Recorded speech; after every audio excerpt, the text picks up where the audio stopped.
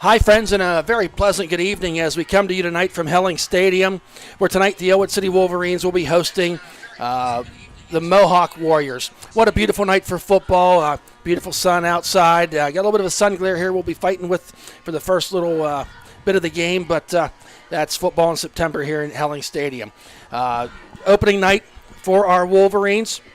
Had a scrimmage game last week against Union, and what a welcome night it is. We went through this whole pandemic, not really sure if there was going to be football, if there was going to be fall sports, that roller coaster ride of going through the fall, or the spring being shut down, but no spring sports, and didn't really know here till just a couple weeks ago that would be going and happening. So COVID rules in place, no fans in the stands tonight. We don't make the rules, we just have to follow them. We wish they could be here, but nonetheless, we are going to have football this fall, 2020. My name is Thad Sturgeon, alongside Brad Windhorst. Brad, welcome to the broadcast tonight.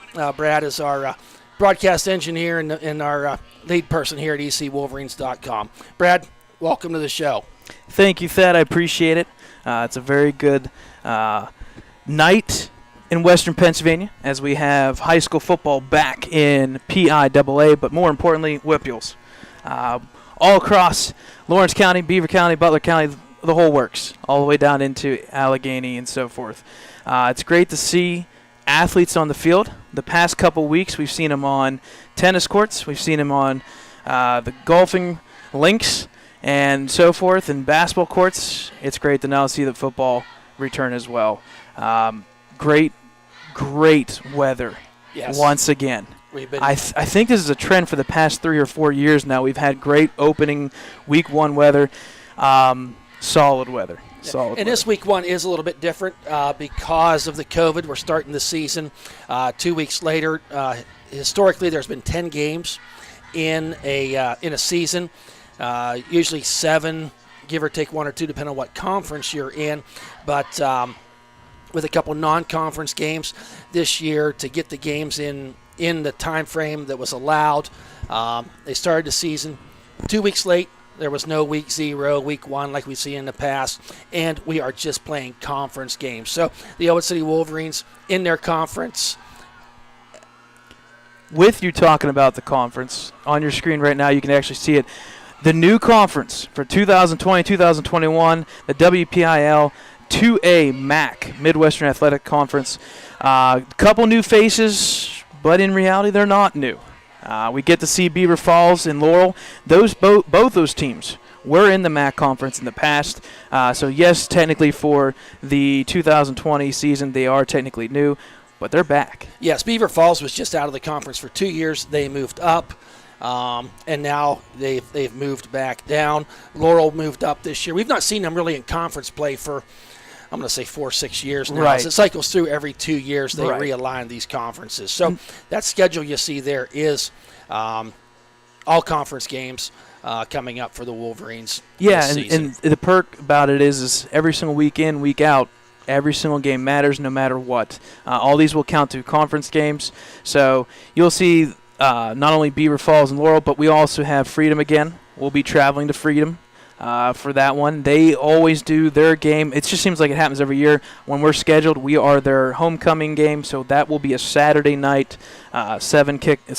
kickoff. Then you also have Mohawk tonight, Neshannock, New Brighton, and Riverside. So once again, we renew not only our Revell Cup, but once again, for the second year in a row now, I believe, maybe even 3 years now, they actually mean more because it's a conference game. Exactly. And the other thing you'll notice on this schedule that we saw this year that we've not had in the past is all these games are really close. Right. 2 of these games are neighboring school districts, Riverside, Mohawk. Beaver Falls is right next door. We're not going down to the South Hills of Pittsburgh to play Brentwood to do that. So, or Derry in Westmoreland County, which we had 3 or 4 years ago. So I think WPIL maybe figured out, hey, we don't need to travel this far. Or our friends from the Valley. Yeah, yes, Valley. Yeah. We've tried to forget that game in Valley, but getting close here to kickoff. We're about 8 minutes away. We are going to have the Star Spangled Banner and the alma mater. The band is here tonight. The pregame ceremony will not be on the field by the band. So we're going to try to get a mic out there, and so you could take in the Star Spangled Banner in the alma mater when it does happen. So some things have changed here in the dynamics of how the game's not how the game's going to be played, but some of the things that go wrong around it to follow the COVID-19 rules. Right. Yep. Talking about football in general, I don't think there was any rule changes this year that were dramatic. Nothing that's going to catch us off guard. If it does, well, welcome to 2020. Right. It's kind of learn as you go on certain things. The Wolverines, off of that season last year, off of first-year head coach last year, Coach Joe LaMenza, he's starting now his second season as head coach. A lot of stuff in print about, how Coach LaMenza took over that team, having the fourth head coach in 4 years. So he's coming back into this year on that second year. Only had 3 seniors on that team. That team went 0-10. The one thing I would say about that team, as we watched last year, was they got much better as the season progressed. So a lot of returning lettermen on the team. And here comes now our Ellwood City 2020 Wolverine high school football team.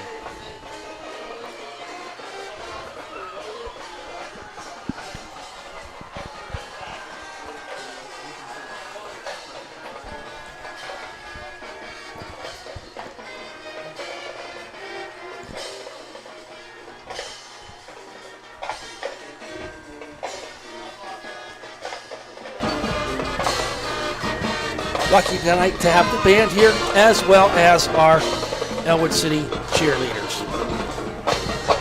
So just a few 6 minutes away here from game time. But as I was saying, a disappointing 0-10 season last year. Played some pretty really good teams along that way. Four of them teams that they played ended up in the playoffs.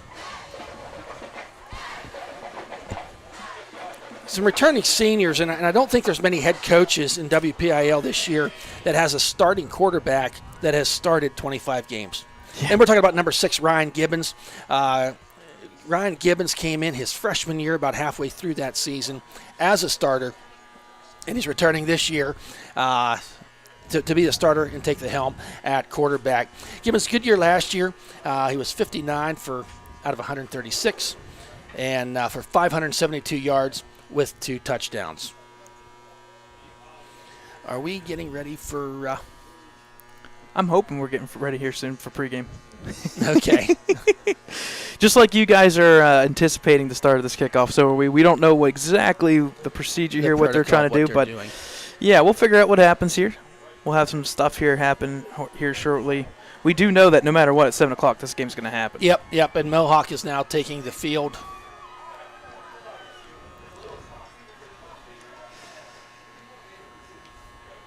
I have to be very careful. The shape of that M looks very, very familiar. Different colors, thank goodness. Throw some maize and blue out there. As I've said, and this will come up again during the broadcast, this is 1 year. I'll save that. We are not going to have the playing of our national anthem in alma mater. Enjoy our high school band. We'll be right back. Banner.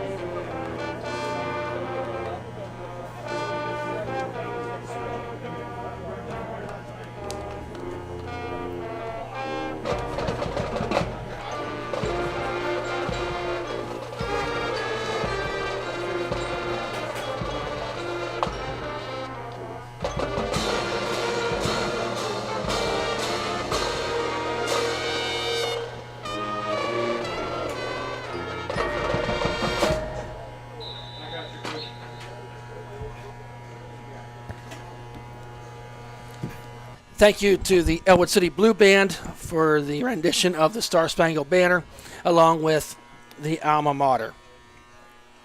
We noticed the flag down there tonight is at half staff, and we would need to just make a mention of this important day. Anybody that's probably over the age of about 25 years ago knows what they were doing 19 years ago today. Of course, we speak of the day of 9/11, 2001. Many tributes all over the country today recognizing that day and the innocent lives that were lost, the first responders that lost their lives going into those burning buildings to rescue people. And we do think of that often, but we definitely think of it today. So I hope everyone took a little time today to remember that, to honor those who have fallen.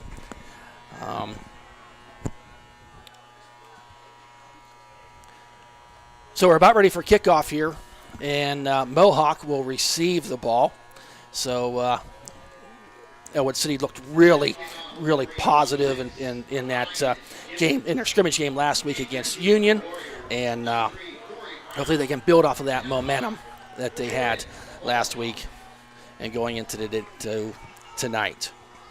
Kicking off for the Wolverines, looks like number 6 out there. If you could apologize with us for about another 20 minutes, I'm thinking we get a really big-time sun glare here that there's not much we can do about. But senior quarterback Ryan Gibbons is also going to be taking on the kickoff duties. Returning for Mohawk is number 5 and number 3. Jordan Melenkoff, we saw him last year play pretty good football. He's a senior, along with Corey Brown, senior, 5'7", 150 pounds. Squib kick up there, taken by number 5 around that left side. Makes the first man miss, falls over a few people. That was Jordan Melenkoff on that return. Ball's going to be spotted. Number 5 was Zach Gatto with the tackle, the special teams tackle. So Warriors 1st and 10 from the 36-yard line. In at quarterback for the Warriors. See a number here in a second. Back to pass. Short dump pass there. Nice drive and stop there by number 17, Brighton Mariacker. Stop for virtually no gain on the play. Pass was to number 11, Ethan Fritzley. But pickup of about 2 on the play. Quick pursuit there by number 17, Brighton Mariacker.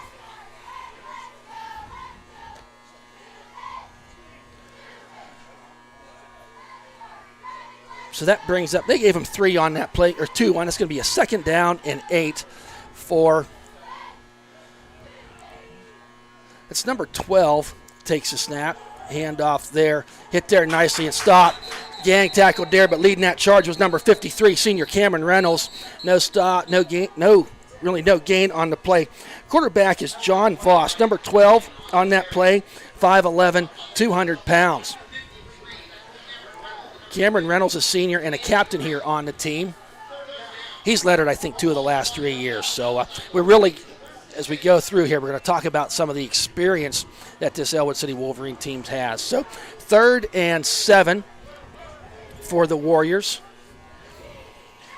Voss takes the snap, back to pass. Surveys, looks down the field. That ball is caught by number 5. Dances and jigs his way around, falls forward to about the 40-yard line. Pick up of 20 on the play from Voss to number 5, Melenkoff. Nice pass there by Voss. Peyton O'Brien, credit Peyton O'Brien with the tackle. We've done 2 scrimmage games, and there's no play clock in them. I'm sorry, who's that completed to? Melenkoff. Gotcha. Thank you.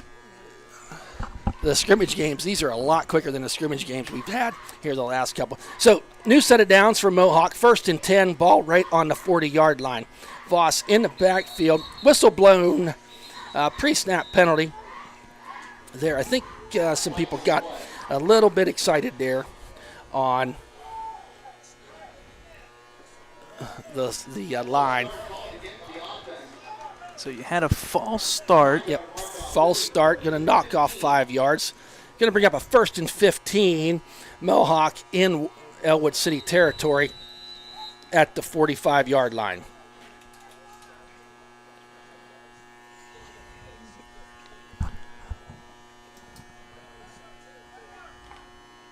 On the defense out there, we'll get you some names here as we proceed on forward. But in the shotgun again is Voss, back to pass on this 1st and 15. Under pressure, dodges one guy but falls right into the arms of about 3 Ellwood City Wolverines for a 5-yard sack. We'll call it a loss of 5. Going to bring up a 2nd down and 20. Great initial pursuit from that left side, and as Voss weaved around there to the left, there was about 3 Wolverines there to meet him. Cameron Reynolds in there again, along with number 56, Caleb Heitzenrader. Caleb Heitzenrader, a senior, first-year player, so really impressed. A young man come out his senior year, and he's making an impact here early in this game. Back to pass, looks right. Oh, pass number 15. He's got a bit of a seam there, making something out of nothing, rolling his way forward. I tell you what, that was just almost like a delayed pitch forward to number 15, Mark Conti. Big pickup on the play. Going to bring up a 3rd and, where's that ball marked? 3rd and 1. So picked up 19 on that dump pass. So it's down to the 32-yard line. Going to bring up a 3rd and a long 1. Fast-paced here drive for the Warriors coming out on this 3rd and 1. 4 seconds on the play clock. 3. They're going to get it off. I think they called. That was a timeout. Yep, the play clock was just about done. And coach for the Mohawk Warriors, Tim McCutcheon, called a timeout. So we get to take a breath, so we'll just hang right here for another second. Our officials for this evening referee is Tim Lickenheimer, umpire Dave McHenry, linesman is Eric Hemrick, line judge Ryan Murphy, field judge James Healy, inside judge is Quinn Alexander. So we got them guys recognized. I mentioned that Caleb Heitzenrader on that front line, along with number 53, Cameron Reynolds. Also got Zach Gatto out there, and Carter Lutz, number 53. I mentioned Cameron Reynolds. So big play here early in this game, Brad. A 3rd and 2, ball resting on the 32-yard line for the Mohawk Warriors. Voss fakes a pitch. Hand off to number 3. He's over that left side. He's got the 1st down and a little bit more. Takes the ball down to the 25, but a late flag coming in. Let's wait and see what that is. We got a holding. We got a holding against Mohawk. That's huge. And I tell you what, I don't know which umpire that is, but he was quick with the call. I like that. So when you don't have to look for it, makes our job a lot easier. But holding, that's a spot foul, and they'll march 10 yards off and replay that 3rd down. So moves the ball all the way back to the 40-yard line. Costly penalty there because on that play, they would have had enough for the 1st down. And not only that, but now it takes you out of maybe that 2-down territory? Yeah, yes, that's where I was headed. I was perfect. Voss in the shotgun. He's been shotgun all night. Back to pass, surveys the field. Reynolds up in there, tries to get him. Dump pass there to number 5. He's at the 30, 25, 20. Speedy all the way down to probably the 16-yard line. Pick up a 14 on the play for number 5, Jordan Mollenkoff. And I tell you what, we've seen him do that a couple times now. Voss goes back to look down the field. There's nothing there. Dumps it there to the speedy Mollenkoff, and he's off to the races. Enough for a 1st down. Mohawk driving the ball here early, despite a few penalties. Ball resting on the 16-yard line. Low snap to Voss, but he picks it up. Looks out there. He's got a man down there. That's a touchdown for the Mohawk Warriors. Is that number 5 again? The number 5, Mollenkoff touchdown. Voss to Mollenkoff. That was 16 yards. Touchdown drive with 7:36 remaining in this first quarter. Really, Mohawk. The Wolverines defensively had them stopped a couple times, right. But we always talk about third down conversions, and they utilized 2 big third down conversions on that drive. Now on for the extra point. 13's the holder. And number 32, Bowden Noah Leslie. And number 32, I'll let you try to pronounce Noah that one. Altaluk. And it looks like it is good. He made it. That's good. So, 7:36 to go here in the first quarter. Mohawk drives down the field, 63 yards for the scoring drive. We'll be right back.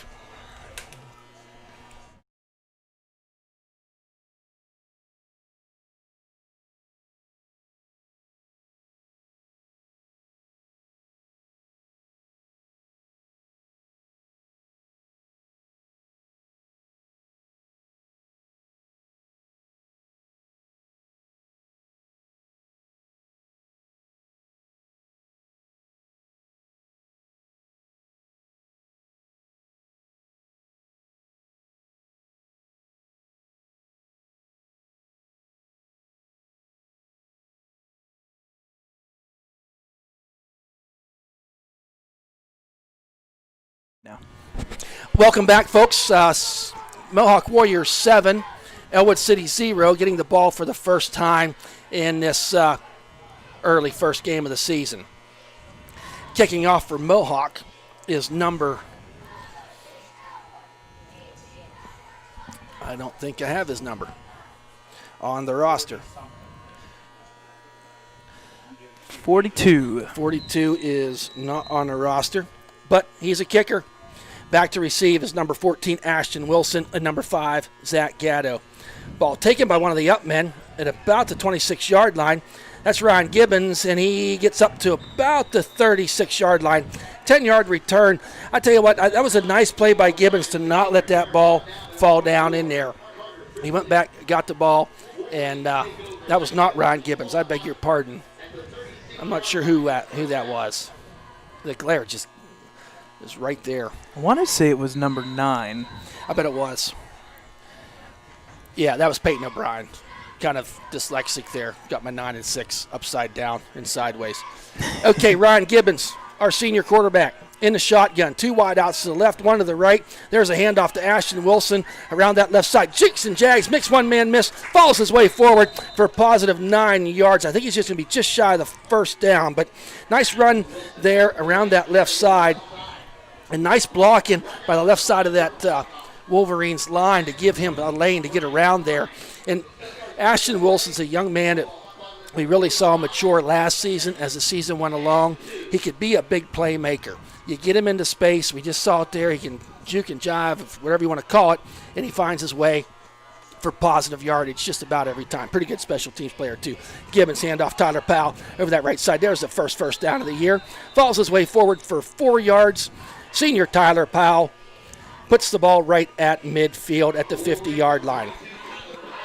Tyler Powell, one of the lead dog runners last year as a junior, had 184 rushes for 733 yards with 5 TDs. And I expect him to be one of the workhorses here again this season. So, new set of downs for our Wolverines. 1st and 10. Gibbons in the shotgun again. Got 2 to the right, 2 to the left side, Carr to his right. Back. Quick pass out there to Ashton Wilson. Nice catch and go there by Ashton. Pick up of about 8 yards. That's about equivalent of a run. I mean, Ashton gets out there, gets him in a little bit of space. Nice pass by Gibbons, and forward he went. I'm sorry, I'm not saying who's tackling the ball here. I'm excited. This is high school football. So 2nd and 1 for our Wolverines. Gibbons now under center I formation. Hand off there to Powell. Weaving his way forward, tackled by a host of Mohawk Warriors. Getting up from the bottom of the Powell. Big number 99, is that Charlie Schillingberg? Junior, 5'11", 220 pounds. That's a pretty solid 220 from this angle. So that was enough for the first down by Powell's hard running there over that right side. Gibbons under center. Hand off to Powell again, left then right. Met there with authority. Powell was a short gain on the play. I think that was number 20 in there in the stop, Brian Klein. But takes the ball down to the 35. They're going to give him a pickup of 4 or 3 on that play. Going to be 2nd down and 7.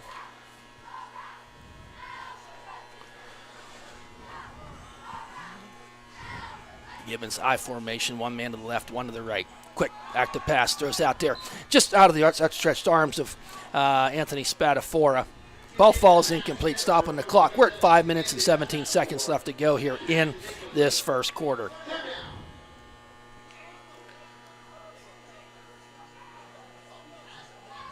So that was the first play we've seen out of the Wolverines yet. About 6 plays on this drive where we've not moved the ball forward. Brings up a 3rd and 7. Gibbons in the shotgun. Got 2 to the left, 2 to the right. He's got to pass quick. Oh, man, he was just unblocked. I don't know where everybody came from, but they brought the house, and the wall didn't stop him. He was able to get the pass off to fall incomplete. Very lucky that that did not go awry with a fumble. But no time for Gibbons on that play to get the ball away. And it looks like the offense is going to stay on the field here. I mean, it's looking like you're Gibbons also is the punter technically usually. But so, it looks 30, like we're going for 35-yard line. You're early in the game. Got everybody spread out. Gibbons back to pass. Surveys. He's got time this time. Throws just a little too tall for his good buddy Sammy DiCaprio. Ball falls incomplete. Ball over on downs for the Wolverines. Wolverines had a nice drive there, but stalled out in Warrior territory at the 35-yard line.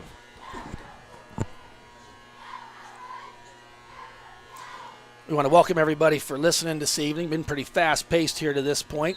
Down at the south end zone, we see a lot of parents and spectators down there unable to come into the game. Hope you got us on down there. I don't see anybody waving, so I don't know if they do or not. But, hey, we got Mohawk Warriors offense now on the field. Voss in the shotgun. He's back to pass. Surveys. He's got time this time. Rifles it out there to number 5, Mollenkoff. He's at the 45, the 40. Wow, big pickup there on the play of about 25 yards. That Voss to Mollenkoff is really working all of a sudden here in this. And pick up. We're going to mark the ball at the 41-yard line. Voss had time that time to really survey the field. And seems like when he's having a little bit of time, he's finding Mollenkoff out there to get the ball to him. Voss got a man in motion. Hand off there to number 26, left side, hard running up there.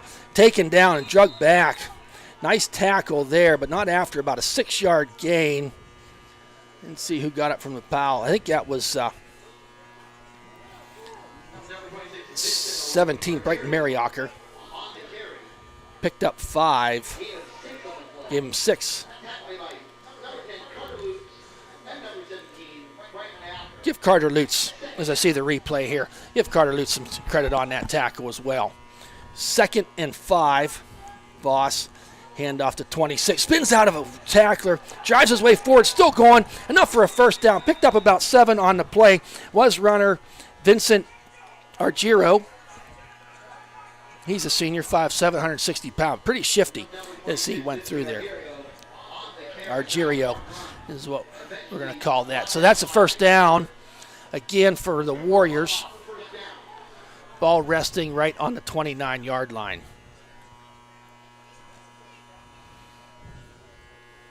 Right now, this defense, Brad, is just giving up too many of them 5-7-yard plays. And then Mohawk comes back with a 25-yard play. Voss back to pass, rolling out to his right. Finds number 4 there. He's at the 25. Falls his way forward to the 21-yard line. Austin McBride on the reception. Picks up about 8 on the play. Give him 9. Tackle made by Zach Gatto. And they're just doing these little just check down, just throwing the ball down there. And it's not quick passes, but it's what's available. And they're being very efficient. They're not And dropping passes. They're making them play forward. You remember last year, the passing attack of Mohawk Right. was non-existent. They had games where they had more interceptions than they had. There's a handoff to number 10. Not that time. Mariacher there, number 17, makes the big stop. Going to bring up a third down. Junior Miko on the carry. So nice stop there on that second down. Going to bring up a third down and 3rd and 3 from the 22. Mohawk once again on their second drive, driving. Took that first drive, 67 yards, 7 or 8 plays. And Voss, a junior, back to pass. Quick pass out there to number 4. He just caught that good ball. tackle. Good tackle there by Zach Gatto. That was 4. Austin McBride. And he is shaken up on the play. A little slow getting up. That was number 4, Austin McBride. The hit was given by Zach Gatto. And you knew pretty quick.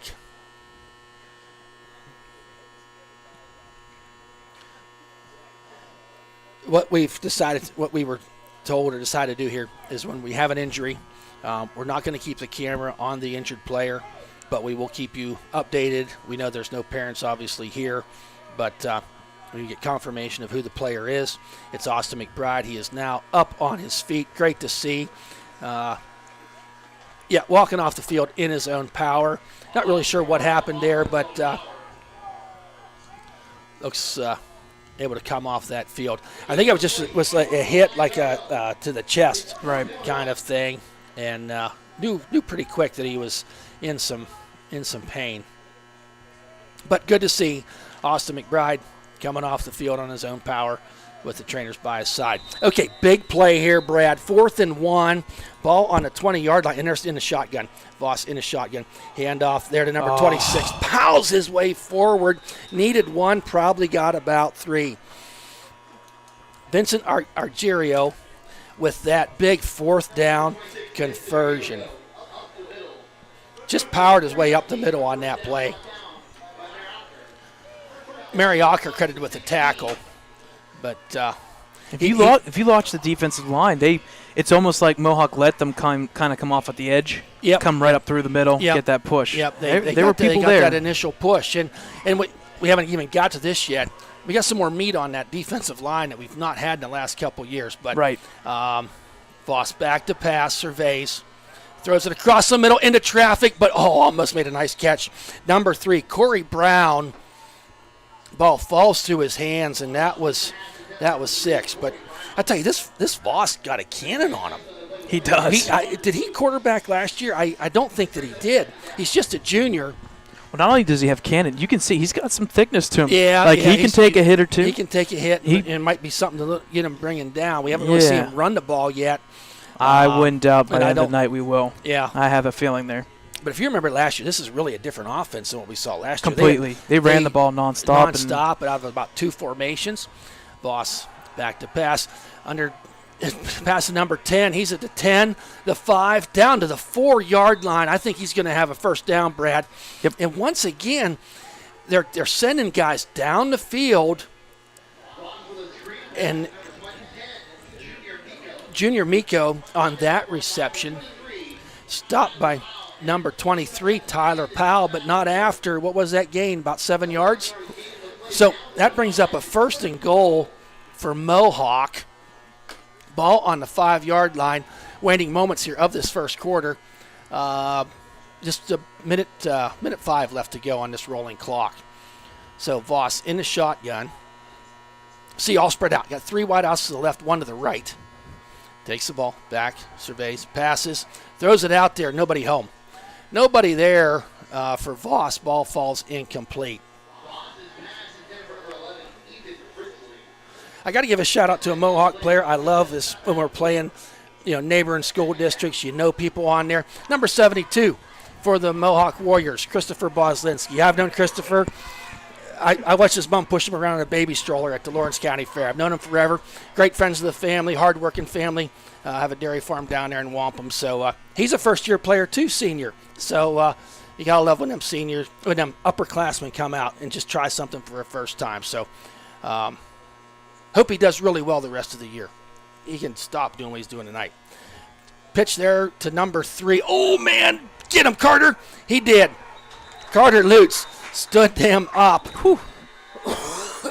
It looked like a touchdown, but number 10, junior Carter Lutz, stood him up.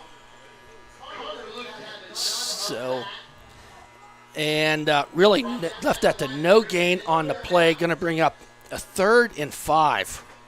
This is huge right here. Yeah, if this defense can get a stand, because we've seen this defense make some plays. And you need to stop them at the 5 here because you know this is 2 down. You got This is definitely 2 down. Big Benjamin Bobbert in there on that line of 6'3", 322. I think beside him is Caleb Heitzenrader, number 56, Voss, on this 3rd and 5. Rolls out to the right. There you go. Come on, get him down. There you go. Yes. Good stuff. Who number was 9? that? No, number 28. 28. Sammy DeCap. Sammy DiCaprio, senior captain Sammy DiCaprio, takes down Voss. And we just said, like a minute and a half ago, Voss could be hard to bring down. And I thought he was going to get away from Sammy. Sammy had nothing of it. Takes him down. Going to bring up a 4th down. But that does bring us to the end of the first quarter. Your Mohawk Warriors 7, Ellwood City 0. We'll be right back to start the second quarter.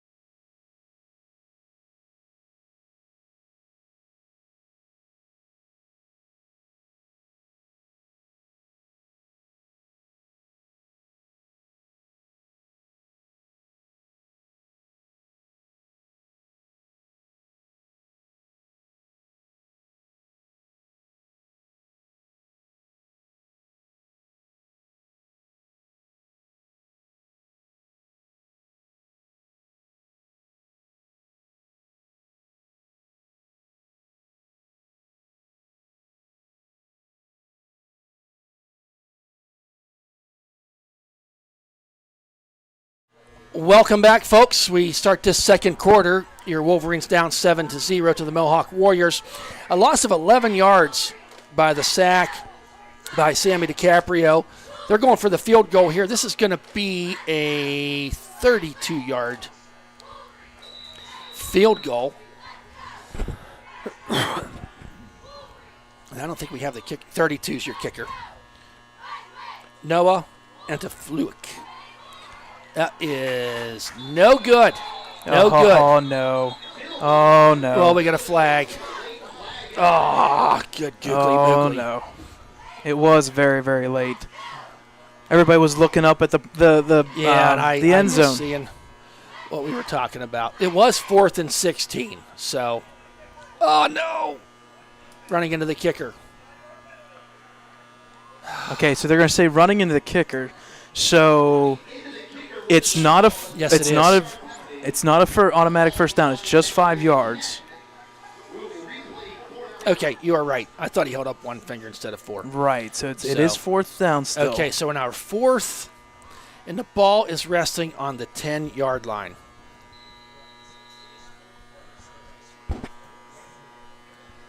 So they're kind of... They were going to go for it, and now it looks like they're coming back with a field goal. The Voss is off the field, so it looks Okay. like it's going to be field goal again. Yep, Yep. here they come. Field We got goal, 10 seconds to get this 10 off. seconds. Woo-hoo. Everyone's set. Number 42. That kick is up, and It's good. it is good. So with 11:51 left to go here in this second quarter, the Mohawk Warriors drive. Where'd that drive start at, Brad? Anyway, they get the field goal to take the lead 10-0. So the Wolverine defense did get them stopped there. They had the ball at a 1st and goal from the 5-yard line and was able to keep them out of the end zone for the 7 points and held the Mohawk Warriors to 3. So 11:51 here in the second quarter. Hey, wanted to give a shout out. I know there's different people, different places showing the game tonight. Our friends over at Doggone Bar and Eatery over there in town. does have us on the big screen tonight. So thank you to Doggone, and hope you're enjoying the beautiful evening outside watching the game. If you not doing anything tonight, you can run over there and get some really good food at Doggone. So off to kick off here for Mohawk.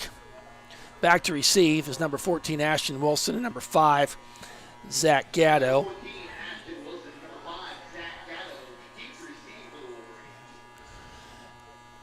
Kicking off is number 42.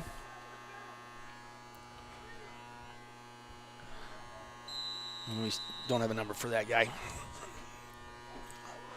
Up high, end over, and kick taken by Wilson at about the 9-yard line. Got a bit of a wall there. Up to the middle he goes.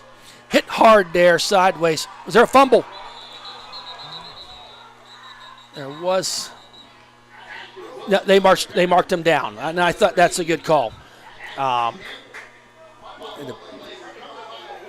They did give it a fumble, but it is marked down by the Wolverines at the 34-yard line.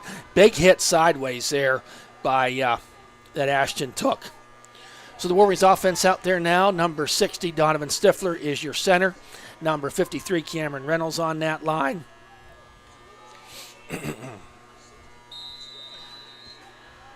Number 72, Benjamin Bobbert, the senior. 6'3", 322. Gibbons up under center. Wolverines now on their second series on the offensive side of the ball. Hand off there to Powell on that left side. Hit there pretty quick. Leading that charge was number 99, Charlie Schillenberg. Going to give him about 3 yards on that play, maybe 2. Brings up second down and 8. The first time the Wolverines had this ball, they drove the ball pretty well, but the drive just stalled out. Let's see if they can get one here to finish. Stifler over top of the ball. I formation, wide out to the left, one to the right. Gibbons, handoff. Hit there quickly. Number 11 came off that edge real fast. Ethan Fritzley taking down Tyler Powell. Very little gain on that play. Going to bring up about a 3rd and 6. Ball resting on the 37-yard line.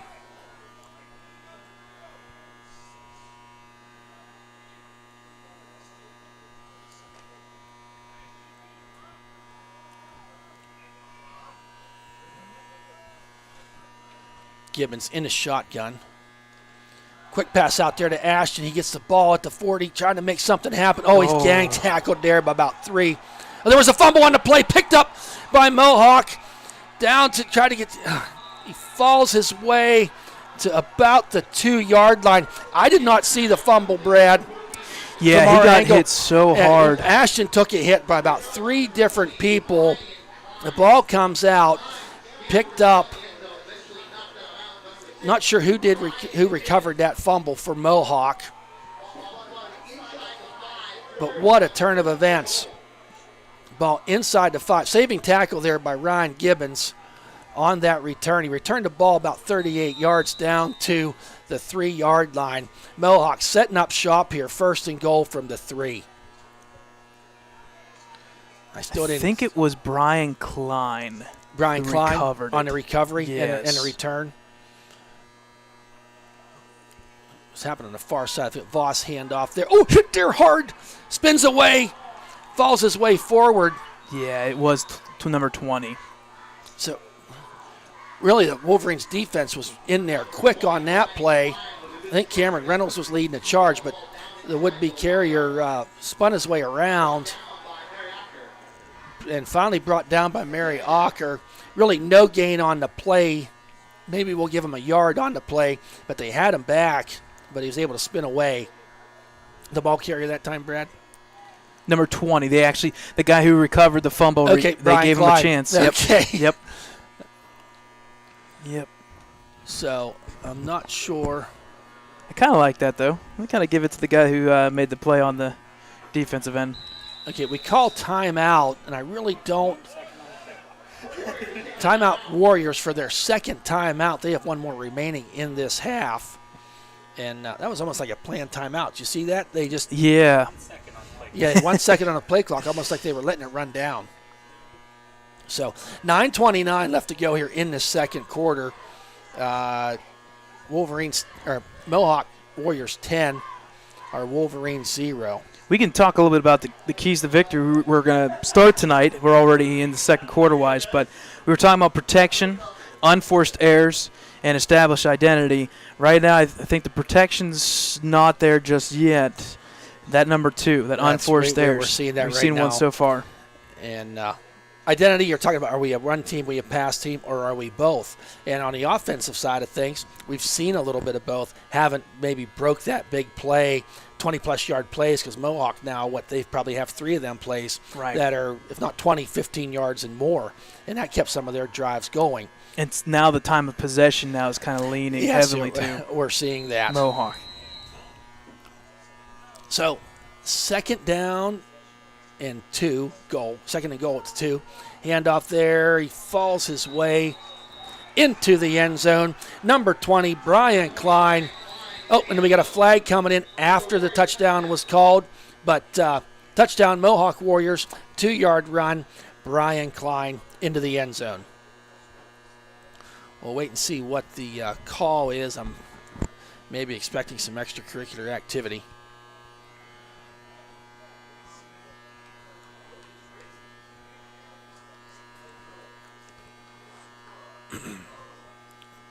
Conversing of the officials.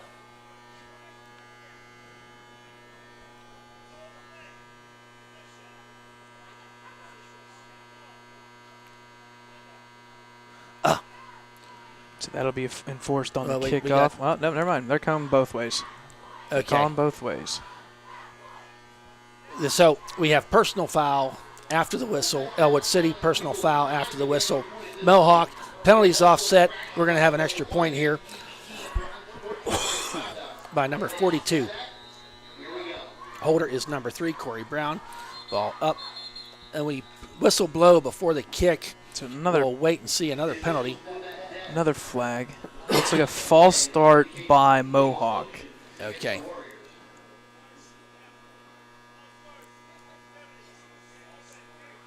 Yes, false start on the Warriors.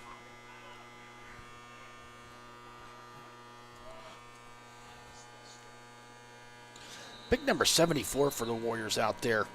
Root Colton, 6'3", 290 pounds. Gonna try that again. Kick is down, kick is up, and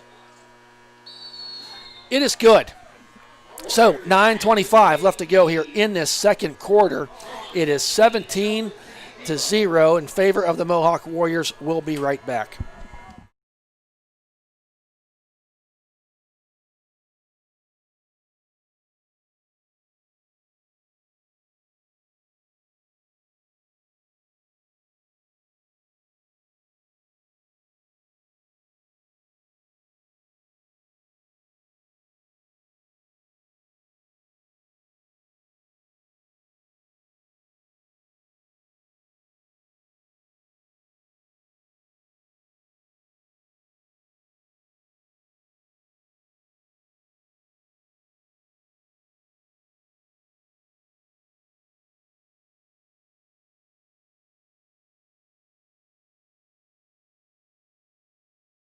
Welcome back, folks. 17-0, the Warriors over our Wolverines. That scoring drive there for Mohawk was just 3 plays. They went 3 yards for the touchdown and extra point. Now, kicking off back to receive again is Ashton Wilson and Zach Gatto.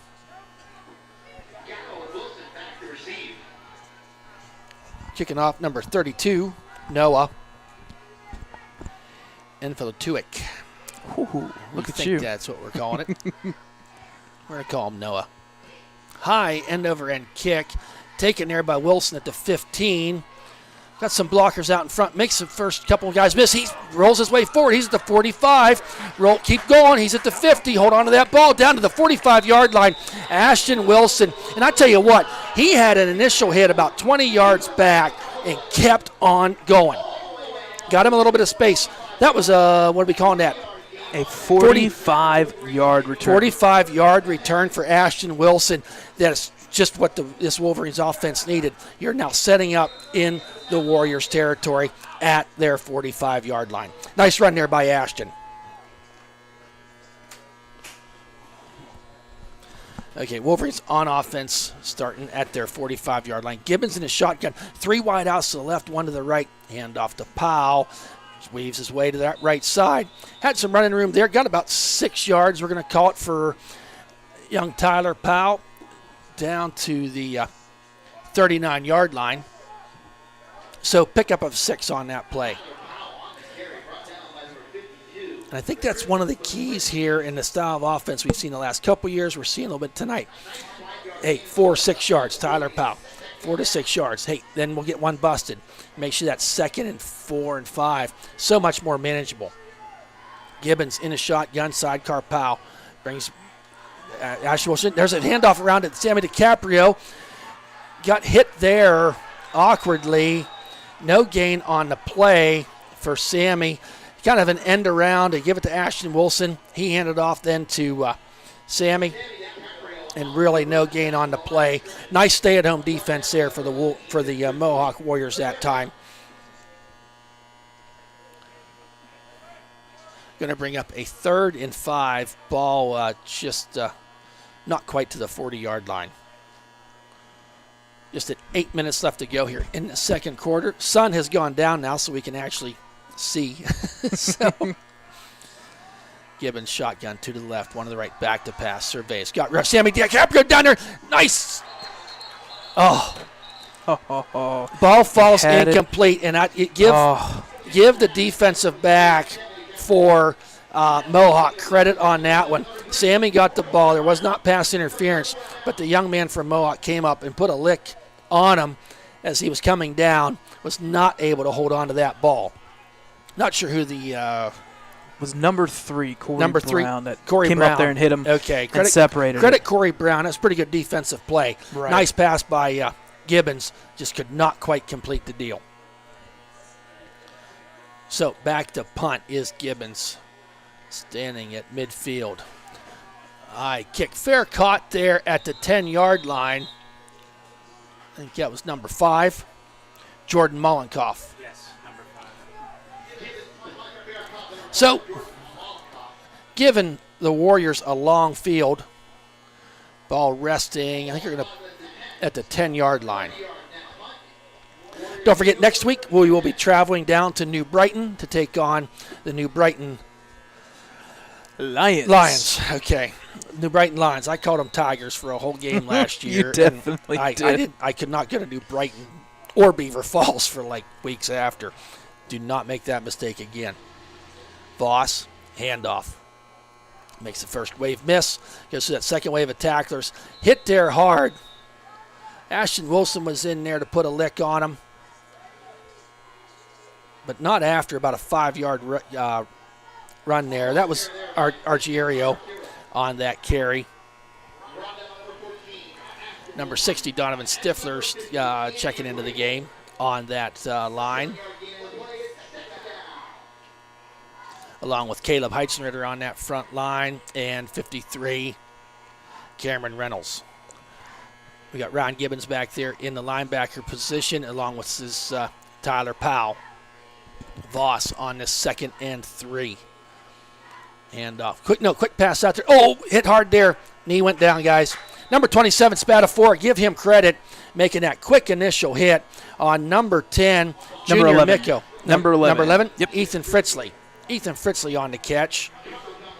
But really only gain of about 2. Yeah, that was a very good tackle. A 3rd and 2. Very good. Spatafor Good really tackle. got in there to make that stop. This is where it's crunch time. You got just over 6 minutes left. You get a stop here. Need you to have stop one once. chance before halftime to get back up there. The Warriors have 3 possessions and 17 points to show for it. Big 3rd and 2 here. Voss. Misdirection handoff there to number 20. He follows his way forward. Did Brian Klein. Needed 2. Got about 4 on that play. Something else we're seeing here from Mohawk.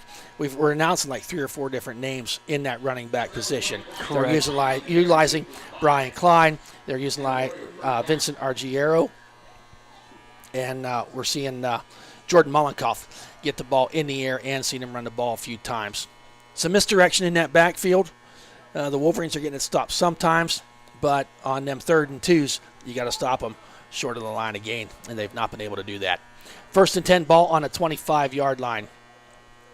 Voss. He takes the ball this time, running straight forward, and keeps bowling his way forward. Ball comes out. Fumble on the play. Number 5, Zach Gatto. Number 5, Zach Gatto. Great play by the Wolverine line. Voss just trying to do too much. Went through there, had a host of Wolverines around him. Ball squirts out. Senior Zach Gatto jumps on that ball. Just what the doctor ordered. Got a turnover there. Circle that play, Brad. I hope it's something that kind of turns the tide here for this game. Wolverines in really nice field position here. Ball on a 36-yard line. Could be a momentum changer. Yep. And here you go. Those 5 minutes. Got to get something here. Yep. Hand off to Powell. Weaves his way through there. Okay. Stop there. Not much on the play. Maybe give him 2.5 yards. Stopped by a whole host of Warriors. Number 7, he gets up from the bottom of the Powell. Ben Ruby. 6'2", 220 pounds. Brings up a 2nd down and 8. Wolverines coming to the line. Got to have all positive yards here. You got to be going forward. Yes, we do. Gibbons in a shotgun. Brings Ashton in motion. Hands the there ball you to go. him. Around that jet sweep on that There right you side. go. Follows his blocker. There you go. Gets about 4 guys on top of him before they bring him down. But that's not after about a 9-yard gain. Yep. 1st down, Wolverines. You keep going forward with this play here. I mean, clock's running. You got 4 minutes. You get a score here. You cut it down to 10. Yep. It's a whole lot more manageable to and not only that, something to build on. I was just going to say that. You build confidence here. The body language of the sidelines Yes. there when they went up 17-0, maybe rightfully slow, but they got to keep that going. Right. 2 wide outs to the left. Hand off there to Tyler Powell. There you go. Rolling his way forward. Picks up 5 yards. Taking the ball down to just about the 20-yard line. Going to pick up a 2nd down and 5. So for the first time tonight, we'll call it the red zone. The Wolverines find themselves in the red zone. If I'm correct, Brad, I don't think they got that close before. Right. And I tell you what, this is something we can do. We can feature a business. If they want to go and make an ad, we can make an end zone out of it. Yeah, hey, sure thing. Hand off to Powell, makes the first man miss. Taken down nicely there by big number 99, Charlie Schillenberg. I've announced his name several times tonight. A junior, 5'11", 220. Kind of got that bowling ball kind of thing going. And rolled in there. Took down Powell, Tyler, with just about a 1-yard gain. So 3rd and 4 now for the Wolverines. Big 3rd down play. I think we're looking at 2-down territory, but let's just get the 1st down here and be done with it. I formation. Try to draw them off sides, maybe. There it is. Hand off to Powell. Number 4, bro. Number 4. Not much going there. Austin McBride. Austin McBride kind of sniffed that play out. Was right there to meet Tyler Powell in the backfield. Loss of, 2 on the play? Yep. This didn't quite work out. So 4th and 5, the Wolverines. 2 minutes and 30 seconds here on this rolling clock. Ball resting right at that 20-yard line. So big play here on this 4th and 5 for the Wolverines. 2 wide outs to the left, 1 to the right. Back to pass. Looking down the field. Under pressure is Gibbons. Fights off one guy. Goes down all the way back at the 38-yard line. Big 99, mentioned before, Charlie Schillenberg. Gibbons tried to do a stiff arm just to kind of get away from him, but Schillenberg, not real tall, low center of gravity, got a hold of him, and there was nothing Gibby could do. He had pressure from both the outsides that time, did Gibbons. Ball over on downs, 1st and 10 for the Mohawk Warriors, leading this contest 17-0. Ball on the 35-yard line. Voss, he's a junior, 5'11", 200 pounds. He's back to pass. Looking way downfield, got a man there. It's caught. He's gone. 25, 20, 15, 10, 5, touchdown. Wow, Number 3, Corey Brown on the 65-yard pass catch from Voss. Voss hit him in stride, and he never missed a beat. Touchdown, Mohawk Warriors. That makes the score 23-0 with 1:56 left. I was just going to say, Brad, you think they're going to try? Oh, yeah. Going long? Because we kind of knew Yep. it was going to happen. I just broke my pen. Got another one. Number 42 on to kick the extra point. That kick is driving and good. 1:56 left to go here in this first half. It is 24-0 Warriors over the Wolverines. We'll be right back.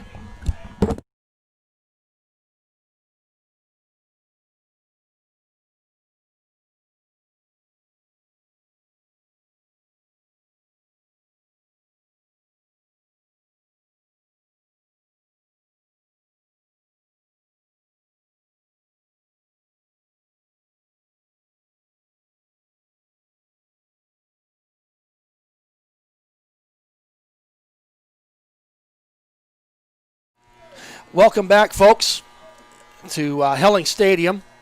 It is 24-0, visiting Mohawk Warriors over our Ellwood City Wolverines. They are kicking off because they just scored another one play on that scoring drive of 65 yards.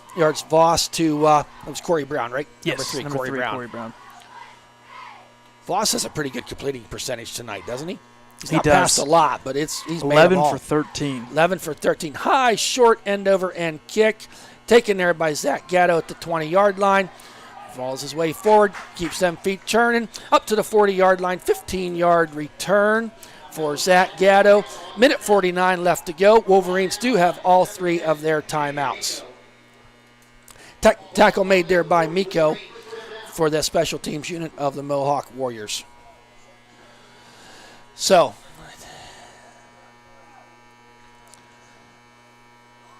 see what Coach Lamenza can do here before we go into halftime.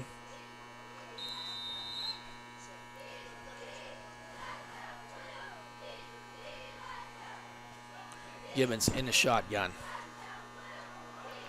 Sends Ashton in motion around this right side. Makes the first man miss.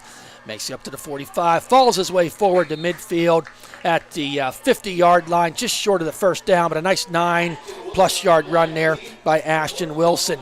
It seems, they're doing that kind of sweep around, whether on the short side of the field or the long side of the field, but it's being effective both ways. And that is going to be a timeout for the Wolverines with 1 minute and 30 seconds left to go. While we have this timeout, a couple things, Brad. Obviously, the spring sports did not happen with our track and field and baseball, but something I did want to mention, last year graduating senior Austin Wally brought home the state championship for Ellwood City in the wrestling, 182-pound weight class.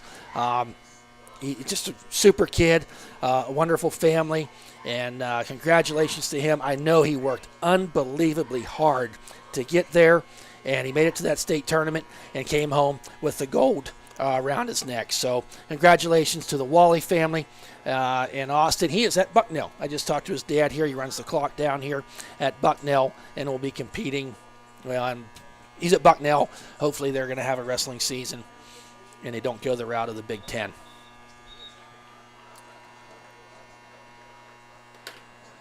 So Wolverines with the ball on the 2nd and 1, ball right at midfield.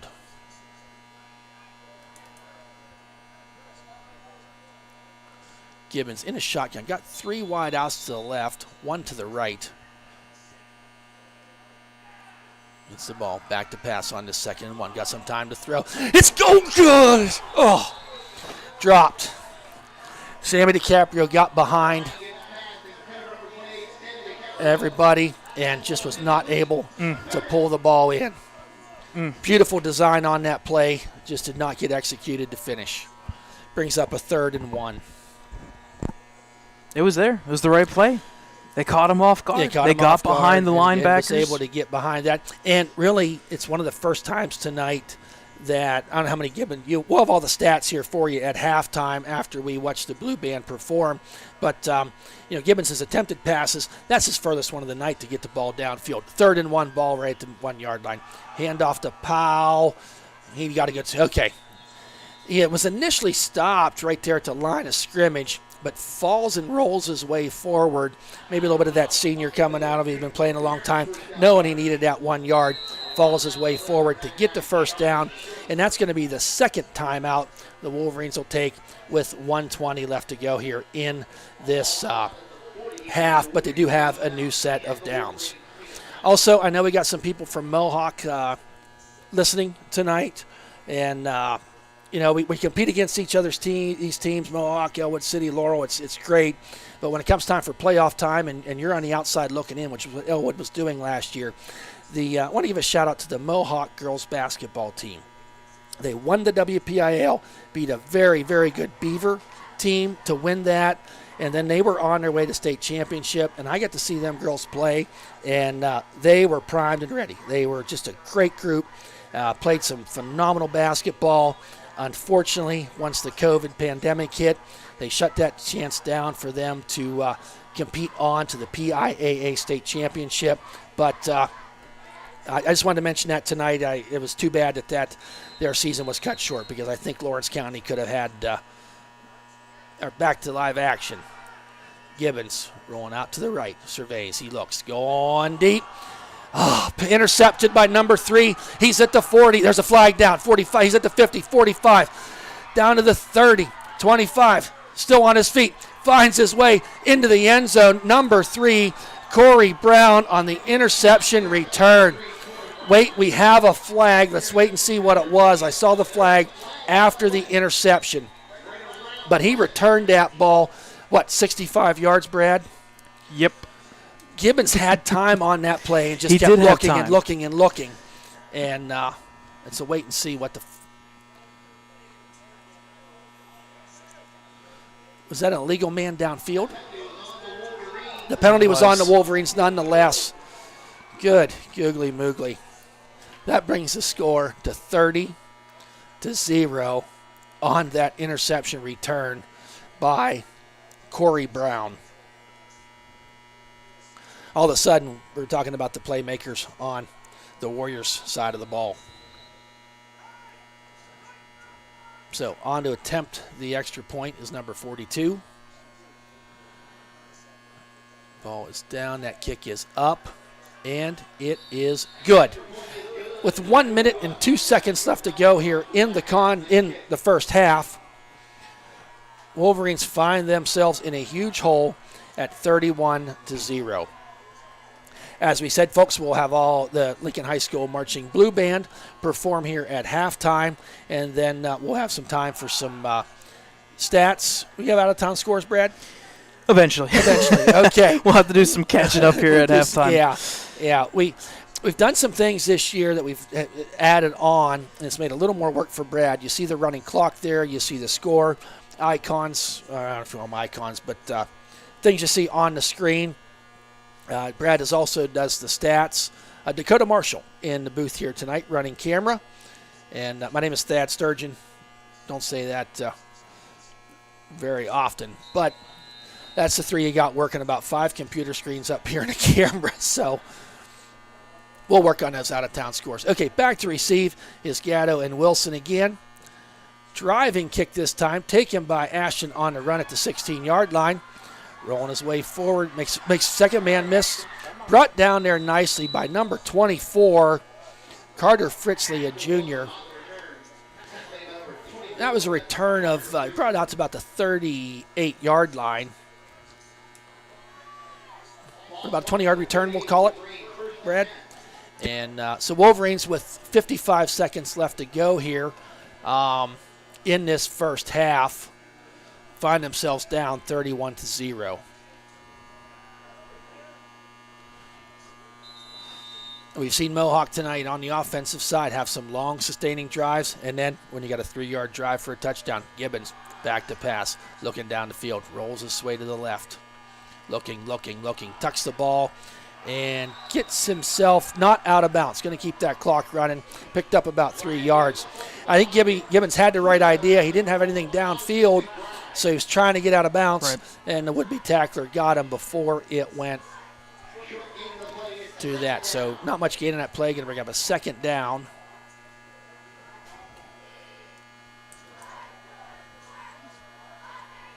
Back is Gibbons to pass, looking down the field. Dumps the pass down there to Tyler Powell in the middle. Makes a man miss, rolling his way forward. That's enough for a first down. Going to bring the ball down to the 44-yard line, but just 13 seconds left, and the Wolverines will use their final timeout of the half.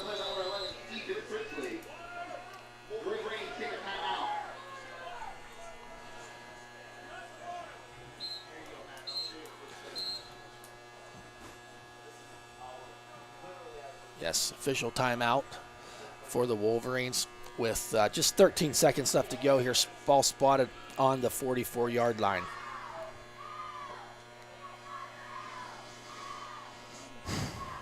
Strong bread. Oh. We're good. I still got service over here. So. Yeah, no, we're good. Just got to do some moderation because people love to make comments.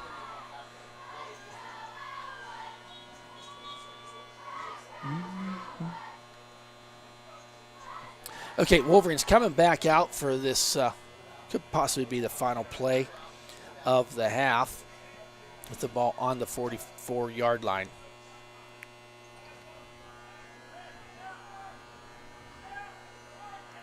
So, got 2 wide outs to the right, 2 to the left. Sidecar to Gibbons is Tyler Powell. Back to pass. Quick pass out there, and out of bounds goes Ashton Wilson. Pick up about 5 on the play. 10 seconds left to go in this half. So pass completion to Ashton Wilson. So the ball is spotted at the 40-yard line. Going to bring up a second down. But we got a stoppage in play. I think it may be a timeout Mohawk just to set up for this, just to be on the safe side. Okay. Yes, Mohawk takes that is their final timeout of the half.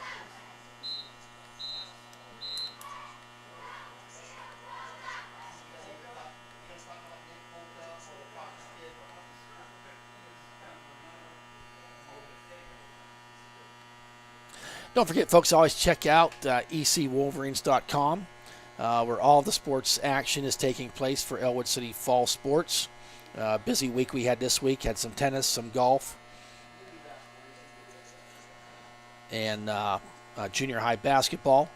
This week, hey, did you see this week? The Ellwood City Wolverines volleyball team ranked number 4. Yep. In this preseason. Volleyball team, so Jenna Right. Cootie has them girls lined up ready to go. And their first matchup is, I believe, Tuesday night. Tuesday, yes. Tuesday And night. all those schedule for the Wolverines is at that ecwolverines.com.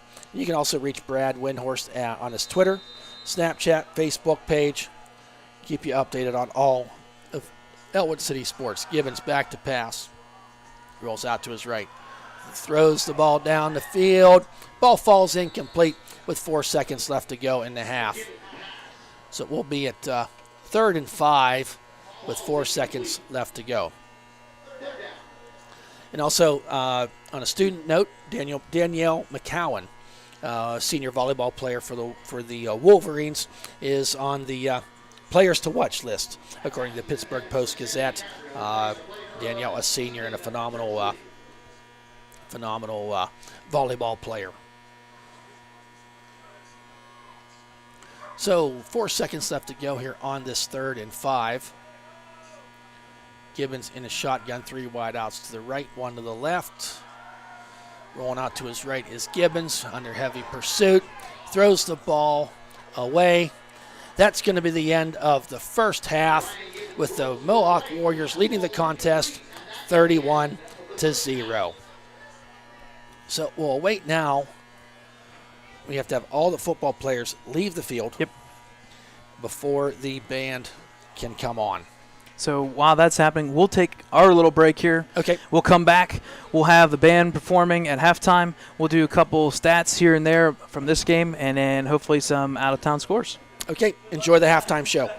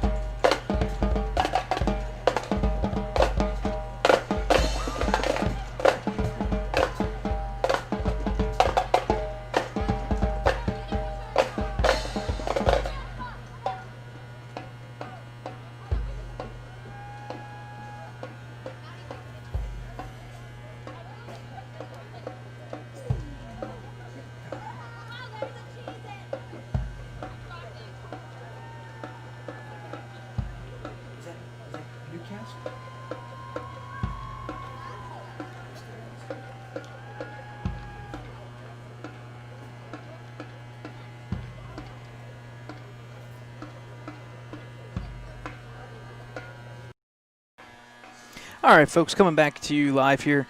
We'll give you some rundown from our game here. It's 31-0 Mohawk at halftime.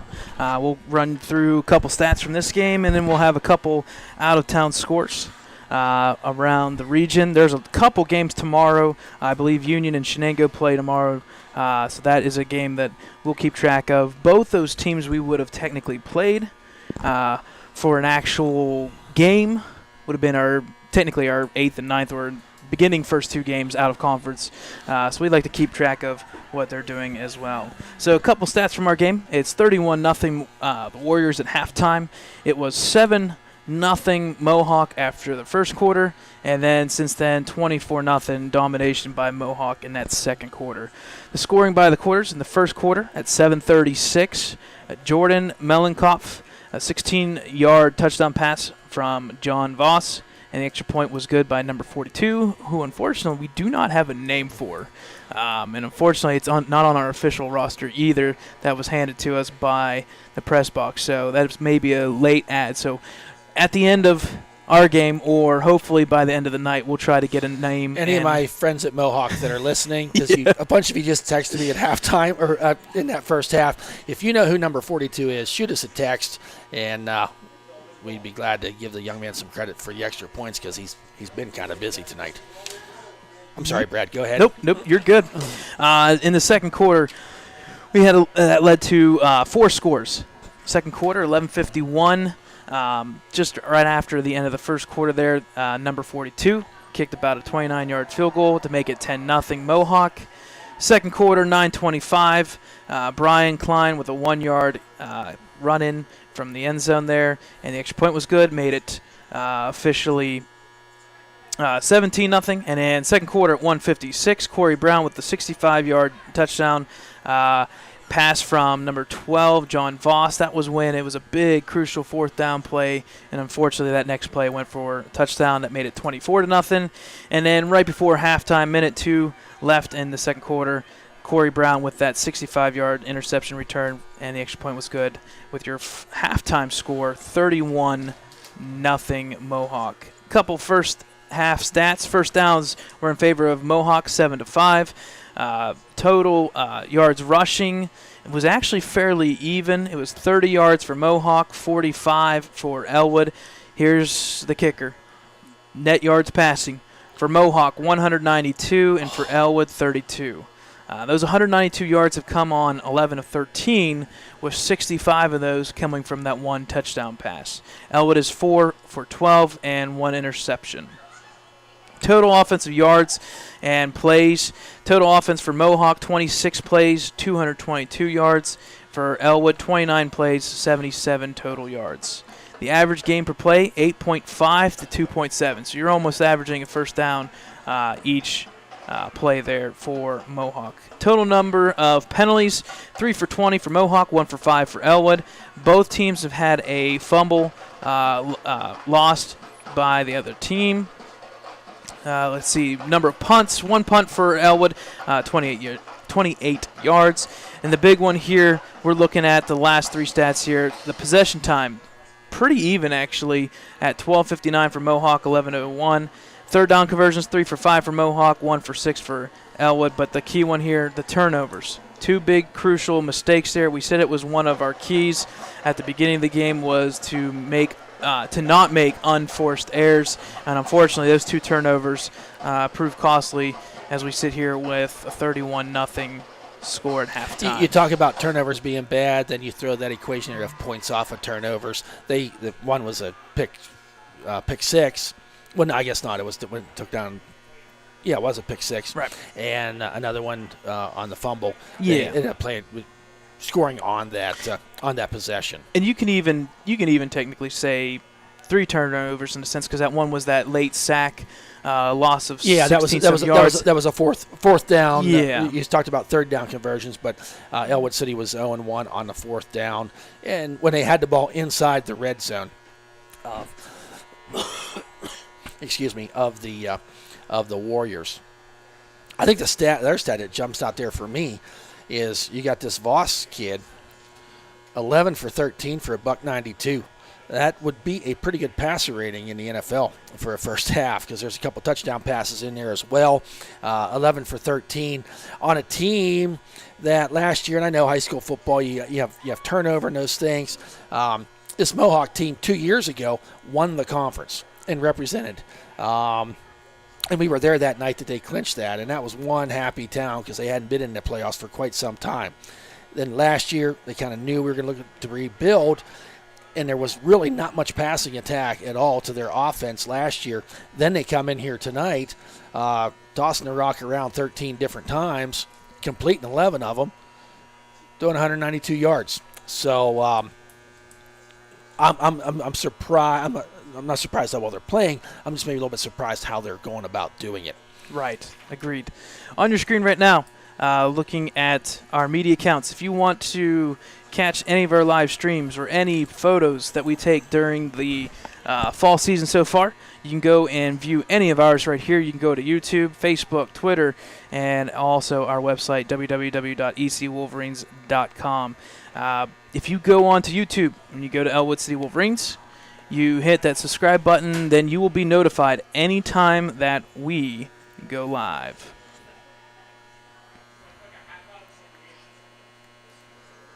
All right. Well, we've been waiting for a little bit out of the booth-wise. We've been getting a couple halftime scores. They're not coming in as fast as they used to. I don't know. I'm not sure why. Maybe because media is limited in those regions. So a lot of times, most of these scores are coming in from live streams. But we do have a couple on our on hand for us.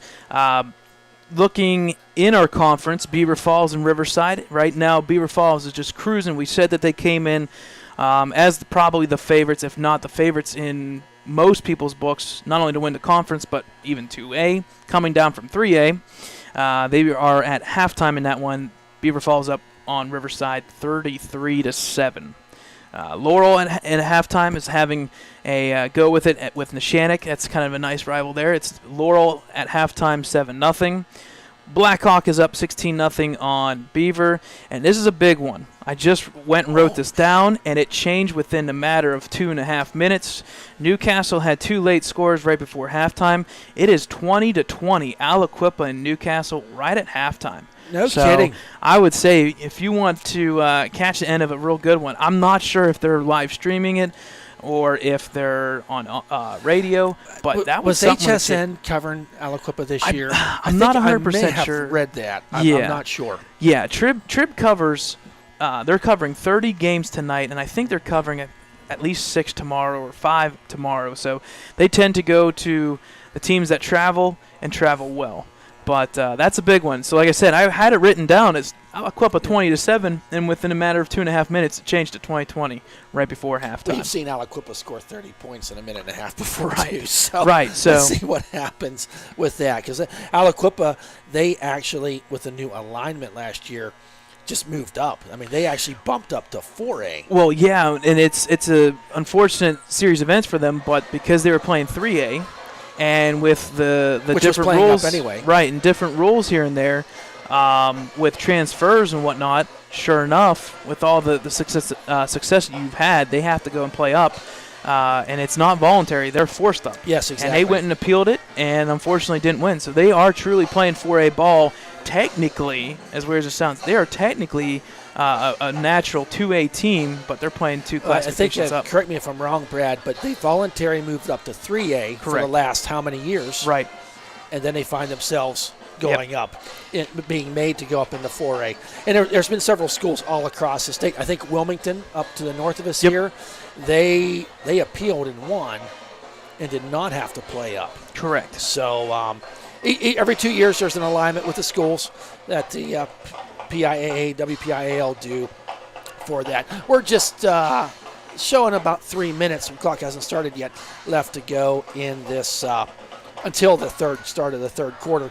One thing I failed to do, and I apologize to our friend over there at 107.3 WXED, Rick Venezi. We are live streaming audio through the Ellwood City radio station, 107.3 WXED. So I failed to mention that earlier. I do apologize to Rick. He does a great job over there with that local radio station and all of the small businesses in our community that help support that. So if you're not on there tonight, you're watching the game live stream, you're driving around town here next week, take a listen to the music on 107.3 and support those businesses that are supporting that as well. I wanted to mention we got to watch the Blue Band there tonight, and they have a fundraiser going on, and I think it closes up here on Sunday, the 13th, for apparel, Lincoln Blue Band apparel, the sweatshirts, T-shirts. If you go on to Facebook, I think it's Lincoln High School Blue Band, or yep. Yeah, Lincoln High School. Dakota's going to check that out, so we get that. Maybe we can throw a link at our website on for that. But not many fundraisers have gone on for any of these booster organizations over the last 6 months. So if you have that opportunity, I don't care if it's at Ellwood, Mohawk. I know these booster organizations, so many of their fundraisers were canceled due to the pandemic. So when they do have one, let's try to support them as much as we can. And the Blue Band is doing that. Lincoln High School Blue Band. Go on their Facebook page or go to Venezi Sporting Goods. That is through Venezi Sporting Goods down there on Main Street.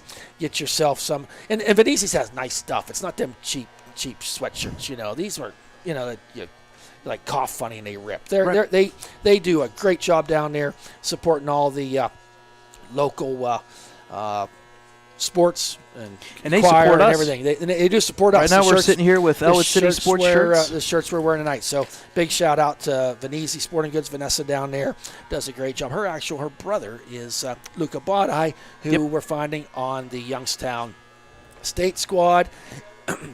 You mentioned Newcastle there just a little bit ago, Brad. Geno Smith. We got another Lawrence County. Geno Stone. Geno Stone. I'm sorry. There you go. I said that. No, we got there was a Geno Smith. Yep. Geno Stone from Newcastle found his way onto the 53-man roster. Standout at Newcastle High School on football and basketball.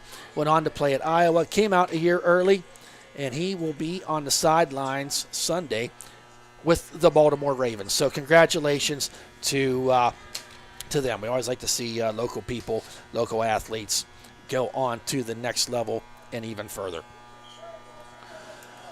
So the clock says 0. We're kind of waiting here. We got a little stretching out going on. I think they're maybe this year being a little more lenient on that halftime because the football players are not allowed on the field until the band is completely off. Am I correct, Brad? Yep, correct. Yeah, just how it works out, the band has to be off the field. Then the teams will come out separately one by one out of the room or out of the lockers like that, and then we get started here. Thank you, Kathy Wilkins. She went and took the time to message us on Facebook. Number 42 for Mohawk is Josh Wilkins. Wilkins. Okay, yeah. Thank you. So I appreciate it a bunch. We have the official rosters from Mohawk, and unfortunately does not have it, so we try to check in as much as possible. One of the things that, because of our pandemic years, we do not, unfortunately, have any friends from Mohawk in our press box. Yeah, so we cannot talk to anybody from their side. It's unfortunate, but that's just how it goes. Something that I always do is I try to pull one of the coaches aside and say, hey, let's run down this roster. So when I get some of these names, and if I'm butchering them on the Mohawk side tonight, I can do it on the Ellwood side too, but something I tried to do and was unable to do tonight. So apologies to our Mohawk friends if I'm and again, that was number 42 Josh Wilkins. He's not doing kickoffs, but he is on the correct extra point. Okay, we're going to start this third quarter. Wolverines down 31-0, but we will receiving the ball first in this half. We do have our Ellwood City cheerleaders here tonight as we await this second half kickoff. Number 32 is taking them duties on there tonight. Noah, this is one of them names I spoke of earlier.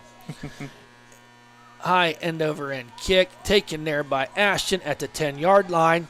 He's at the 25. Fumbled the ball, but I think he got it back. An initial hit, kind of a chopped at that.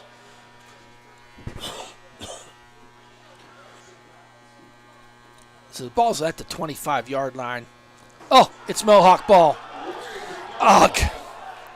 Turnover.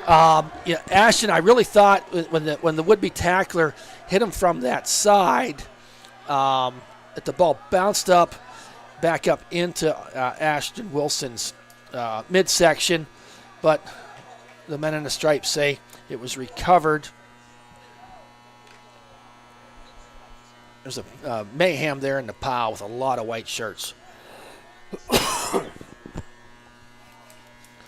Excuse me with the cough. There's no concession stand at these games either now, so you can't.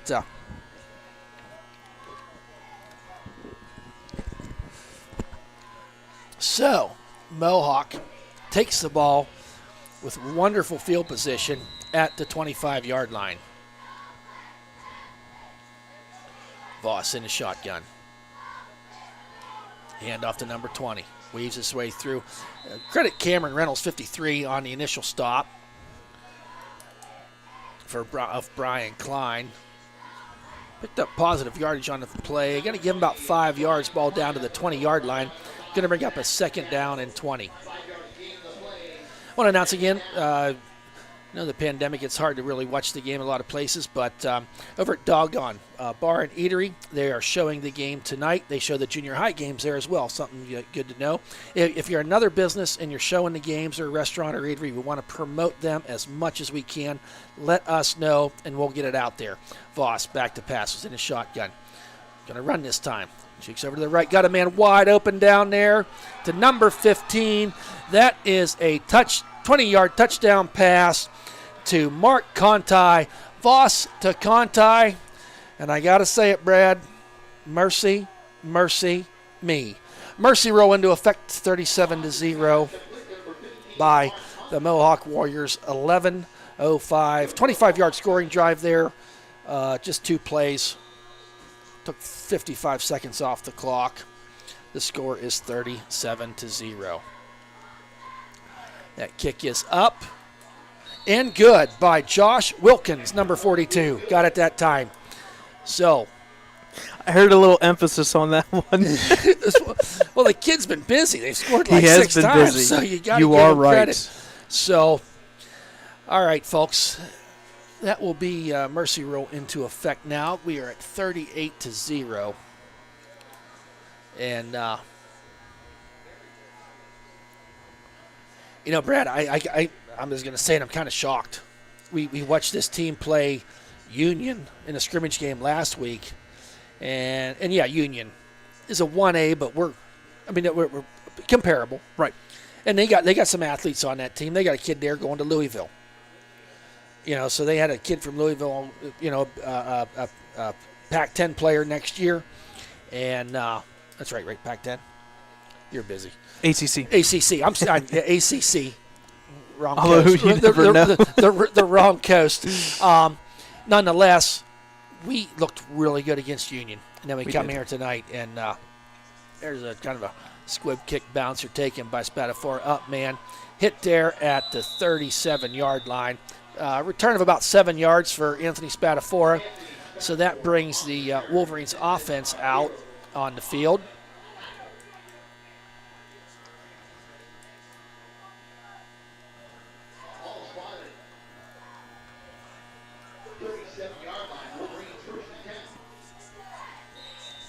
So I think you're kind of at the point in the game now where just want things positive. Let's just try to get something Hold on to the build ball, on. take some possession. Do the fundamentals.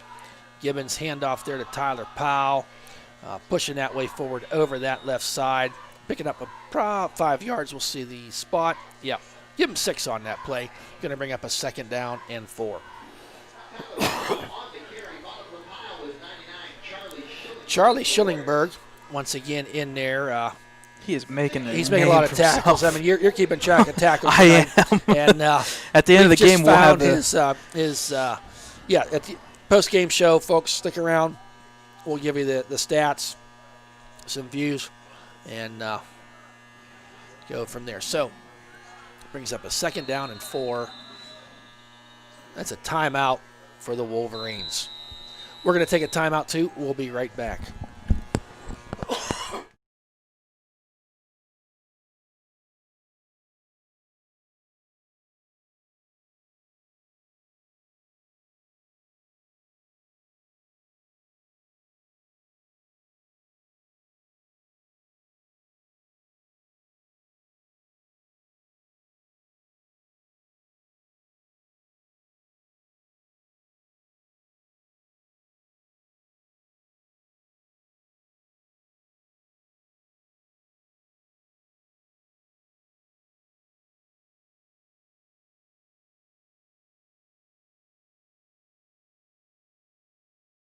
Welcome back, folks, on this 2nd and 4 for the Wolverines. Gibbons, hand off to Tyler Powell. Had a lane there, hit there hard. I think we'll credit number 70. No, Austin McBride. We'll give Austin McBride credit for that. But that was enough for a Wolverines first down. Ball still in Wolverine territory at the 48-yard line. Don't forget, folks, next week, 6:45, give or take, we'll be live on the air coming to you from New Brighton. We didn't have a score on them tonight, did we? Did not yet. I wasn't sure who they were even playing.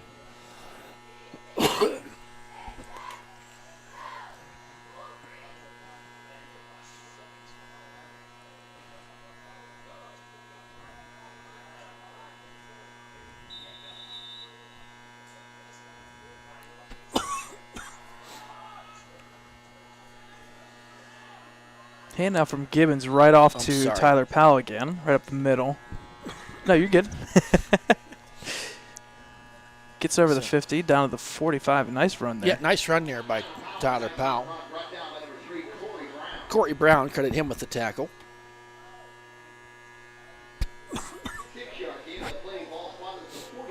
Okay, ball now on the 45-yard line on this rolling clock. Score 38-0. Mohawk Warriors. Gibbons under center. Back to pass. Throws the ball away. He was under duress. And ball falls incomplete, out of bounds. So Rodney Grimes was the intended receiver. Senior Rodney Grimes. Also a standout on the wrestling team as well.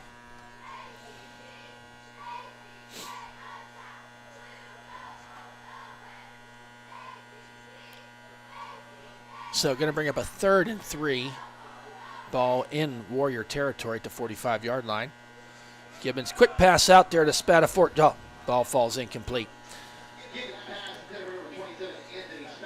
Had it in there, but ball falls to the ground. Going to bring up 4th down and 3.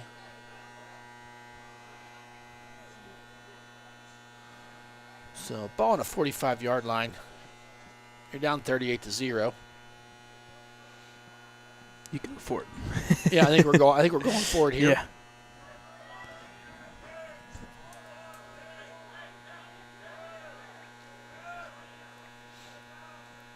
Back to pass, Gibbons. He falls forward, got enough for the first down. Quick feet there by Gibbons to get his way.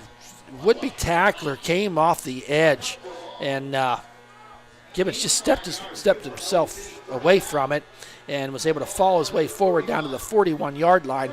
Enough for an Ellwood City first down.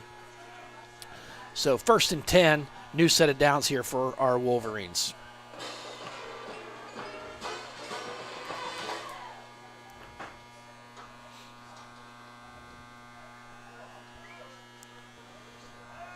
So Gibbons now in a shotgun. 3 wideouts to the left, 1 to the right.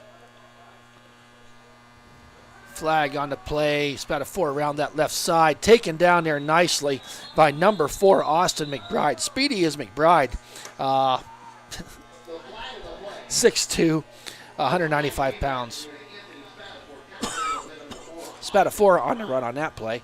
Oh, false start. That's going to come back from the line of scrimmage, 5 yards. That'll bring up a 1st and 15. So anyway, we'll say for the Wolverines tonight, and we're kind of looking for silver linings on a blowout Mercy game. Not a lot of penalties that we're seeing from the Wolverine side. Right, just their second one. Just their second one in this game so far.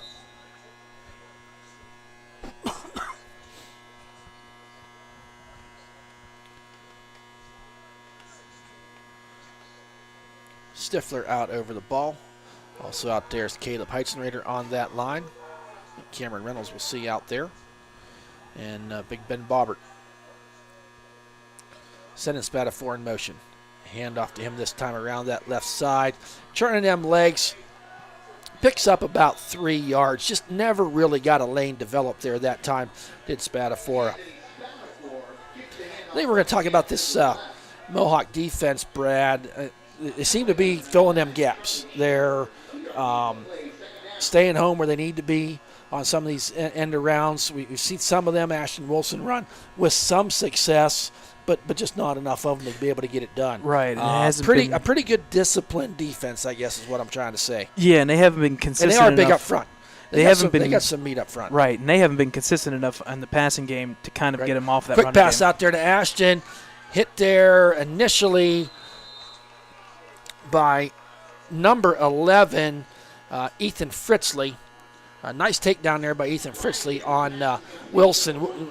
Ashton had a little head of steam there moving forward, but was struck down, and another would-be tackler came in there to help seal the deal. So back to the original line of scrimmage, brings up a 3rd down and 10.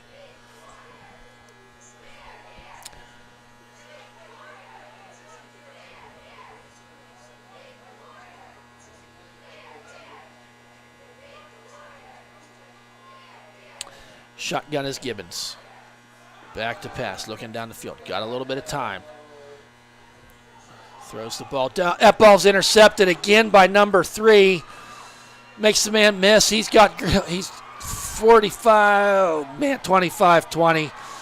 15-10-5 touchdown. Number 3, Corey Brown. That is his 2nd pick 6 for the night, and that's about the same yardage. He got that ball about the 20-yard line.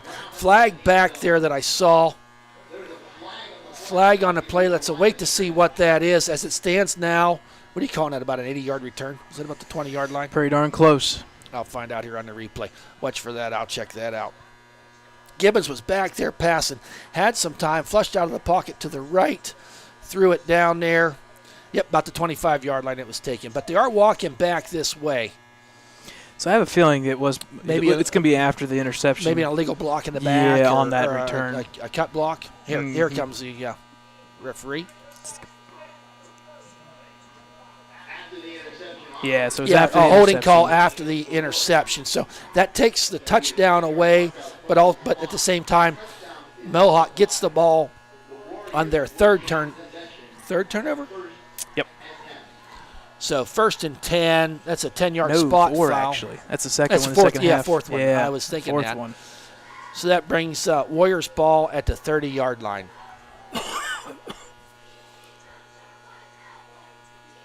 My great friend, Doreen Welsh, her grandson plays here on the team. Every year, she has like these throat lozenges that I get from her. And then I come here tonight and realize there's nobody here. And back to passes. Voss throws it out there to number 11 at the 35-yard line. So, Doreen, if you're listening, I need to hook up with you here this week. Got this little cough I get. Not COVID cough. It's just from talking. Don't get all. Yeah. You just about jumped out of your skin. But we're healthy. I just need a little throat lozenge. Credit Carter Lutz on that tackle.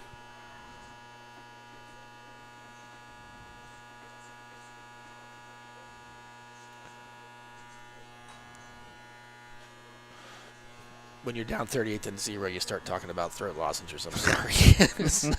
So Voss in the shotgun. Quick handoff there, kind of a Statue of Liberty play. Zigging and zagging. Finding his way forward was number 21. We got an injured player for Mohawk down. I think we're just dealing with a cramp. We don't have a number yet for folks listening. But the way they're holding that leg up, I think we're just dealing with a cramp at this point in time. We had a short gain on that play, but the young man appears to be fine. Carter Lutz on that tackle again, but be 3rd down, but it is obviously a cramp. And this year, more than anything, we know the parents aren't in the stands. And what we've always done is, you have someone laying there in pain. It was 99. He is up, walking off on his own power. Charlie Schillingberg. But just something that we've done is take the camera away and just kind of keep you updated on what is going on. If I was, we're trying to be respectful to the Right. young man in pain. At the same time, we want to keep the parents informed of what is going on. I don't know if the Schillenbergs are listening, but your son walked off the field on his own power. It was one of the leg cramps that you often see this time of year in these players. So 3rd and 3, ball is on the 37-yard line. Voss in a shotgun. He goes back to pass. He's being chased all around that right side. Throws the ball down there to number 3 a long way. That's going to be a touchdown. 25-20, 15-10, 5. Number 3, Corey Brown, the speedy senior. Touchdown, Warriors. and another flag. And another flag. That was 63-yard pass from Voss to Corey Brown. And really, Wide Voss was under heavy duress. I mean, he's going to looked like he's going to get sacked. He rolled her out there to the right. And Voss, we said he's kind of He's well built. well built, and he was able to. We have a penalty on that play. So I Did you see think what the that was? catch is going to count. Yeah, so the catch is going to count, but it's going to come back. It's not going to be for a touchdown. Yes, and I wondered about that. After Corey Brown caught the ball, was going down there, one of the one of the other receivers hitting him back. So take them points off the board, but we are going to give him credit for a catch. So that's going to be ball be placed at the 39-yard line for Warriors, setting up shop. 2:25 left to go here on this rolling clock in the third quarter. Voss in the shotgun. Hand off there to number 10. Following his way forward is Junior Micko. Pick up a couple, maybe 3 yards on the play. Give credit to Rodney Grimes on the tackle. So number 47, Rodney Grimes, getting the tackle there.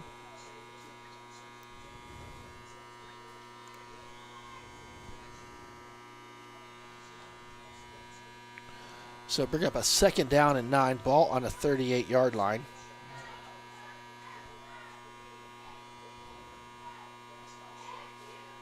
Movement by, I'm thinking it's going to go against the Wolverines. This left side seemed to jump on that play.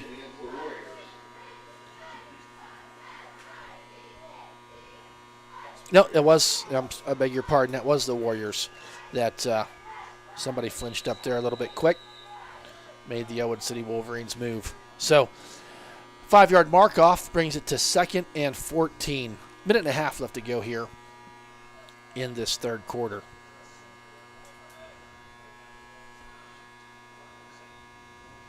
Voss in the shotgun. Hand off to number 10 off that right side with running room. Plowing his way forward. Going to get down about the 38-yard line. That was number 10, Junior Micko. Number 5, Zach Gatto on the tackle. Senior Zach Gatto. We see Donovan Stifler checking into the game. And coming out is number 56, Caleb Heitzenrader. Caleb's played a lot of minutes here tonight.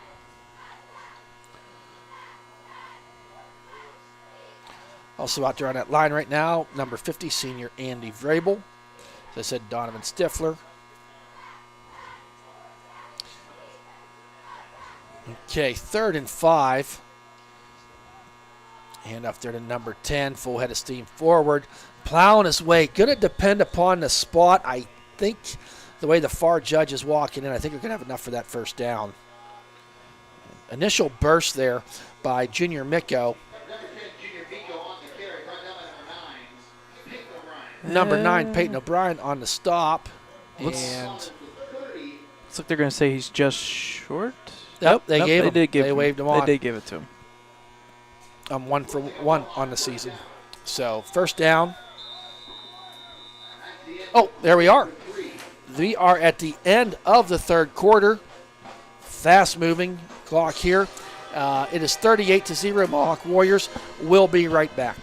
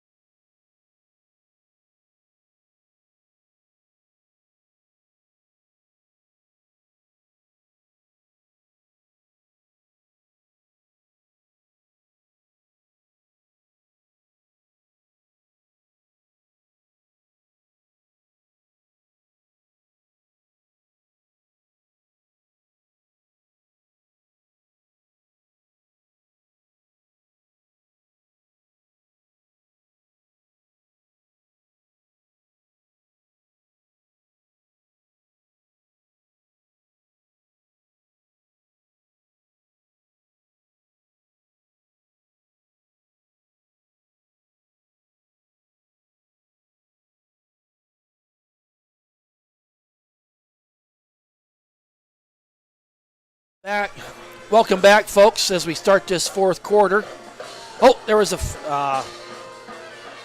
brought the center exchange back to the quarterback was mishandled, so it's fallen on by number 10, Junior Micko. Going to bring up a 2nd down and 20. I think we have a new quarterback here. I believe for the Warriors. What is it, number 13? Number 13. We're going to call him Bowden Leslie. Bowden, handoff there to number 10, driving his way forward. Nice run there by Junior Micko, just plowing his way forward. Picked up about 5 on that play. Brighton Mariacker with tackle. Going to bring up a 3rd down, ball on a 34-yard line. Still got, because of that fumbled ball that was for a loss, it is still 3rd and 14. Bowden Leslie in the shotgun. Sends a man in motion. 2 wideouts to the right, 1 to the left. Another trouble with the snap. Pass to number 11. Quick pursuit there by the Wolverines, but plows his way forward. Credit young Zach Gatto with the tackle. Leslie's pass to number 11, Ethan Fritzley. Good for about 8 yards. Going to be 4th down. Ball placed right there on the 25-yard line.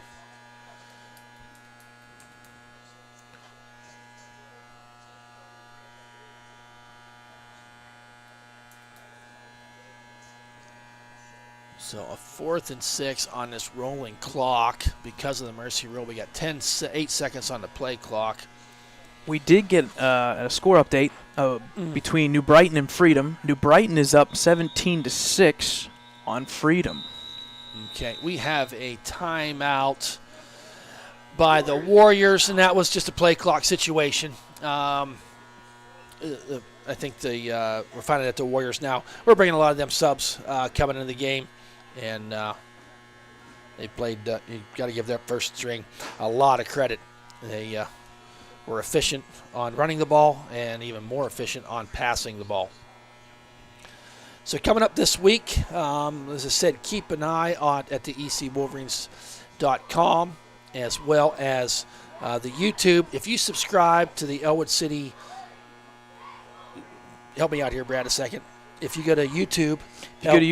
Search Ellwood City Wolverines, and you subscribe to our channel, you'll get notified every time we go live with a live stream with the sports that we are able and capable to have a live event occurred. And we'll talk about those live sports here after this play.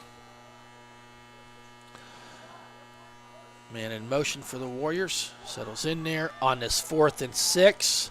Hand off to number 21. We got a stop there by the Wolverines. That's going to be ball over on downs. 21, the ball carrier, Justin Boston. Peyton O'Brien, give Peyton O'Brien credit with that tackle. So ball over on downs. Wolverines will take over, ball on the 25-yard line.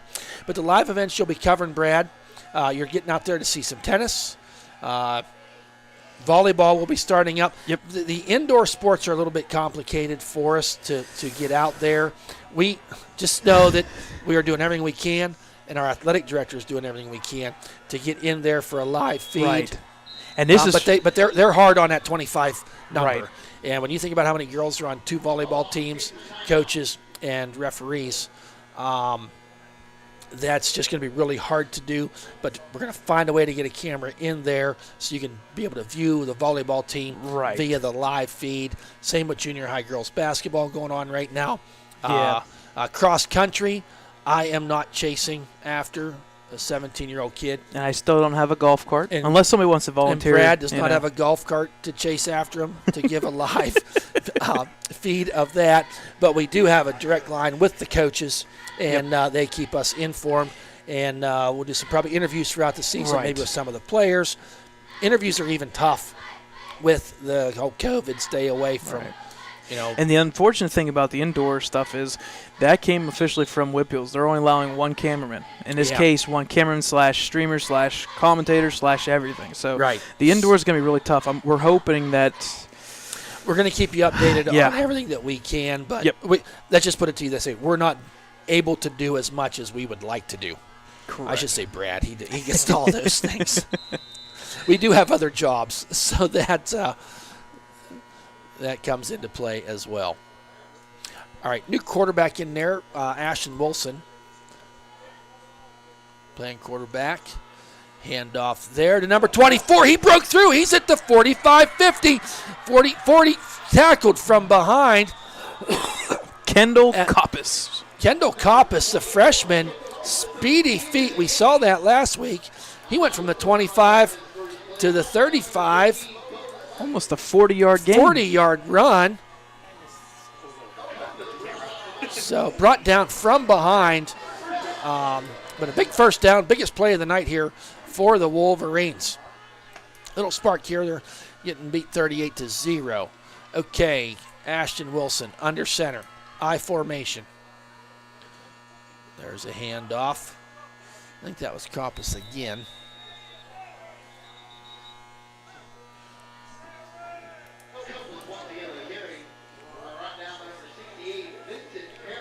Vincent Perry on this tackle after a 2-yard gain. So bring up a 2nd and 8. 8:30 left to go here in this contest.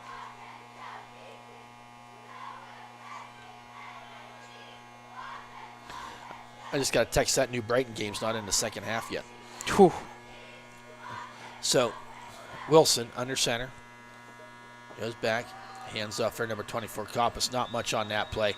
He was met by number 62 with authority, William McPherson. He's a freshman, 5'9", 220. Really no gain on that play. Going to bring up a 3rd down and 8 ball on the 34-yard line.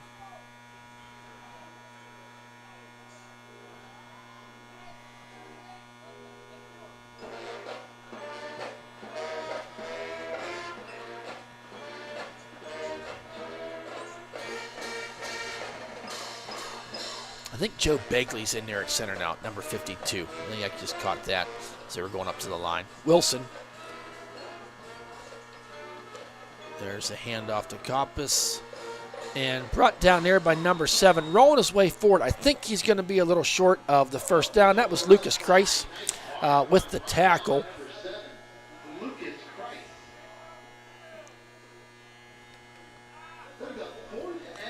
Going to be 4th and 1 for the Wolverines.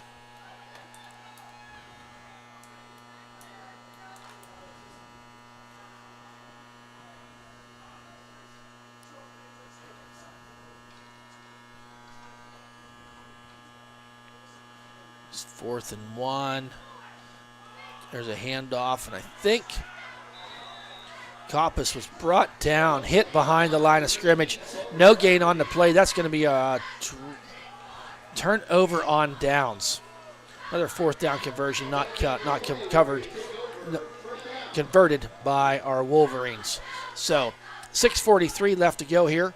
Mohawk is out there on offense now.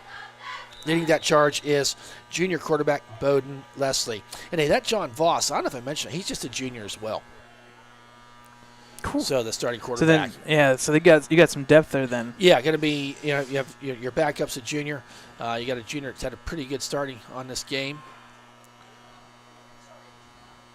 So there's a handoff there, zigging and zagging his way through. I think that was number. I missed that. I beg your pardon. Comes up now, right behind 58, 23. 22. Okay, Turk Davies. Freshman out there getting some playing time here on Friday night. There is a JV game tomorrow, Brad?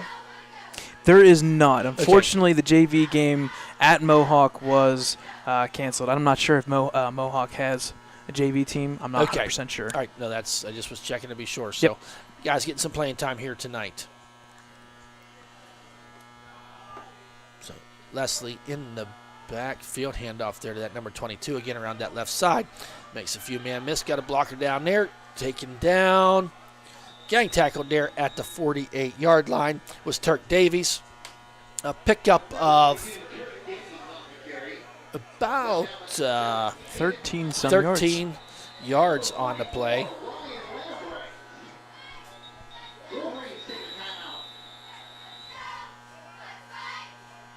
Okay, Wolverines got a timeout with 5:21 left to go here.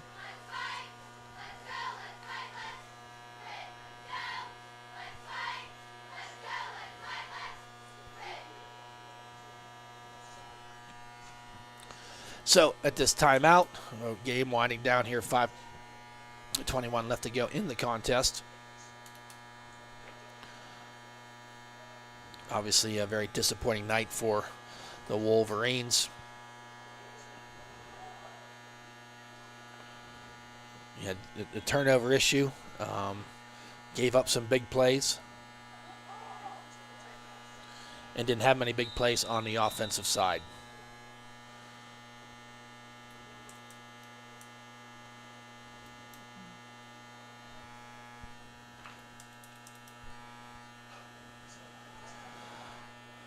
So 1st and 10 for the Warriors.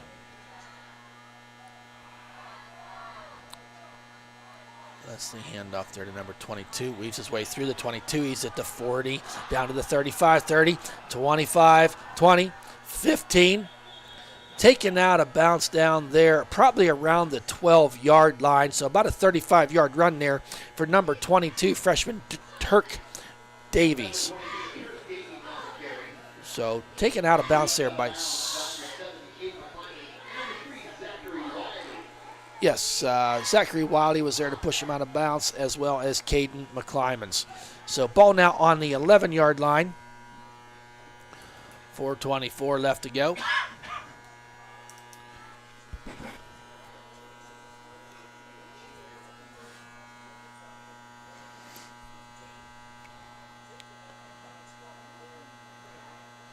There's a handoff to number 22. Bounces his way outside, but still taken down there at far side of the field. We have a hard time seeing the numbers. Anthony Teolis on the stop. So 22. Turk Davies taken down by 22. Anthony Teolis. So give that no gain on the play. Going to bring up 2nd down and 10.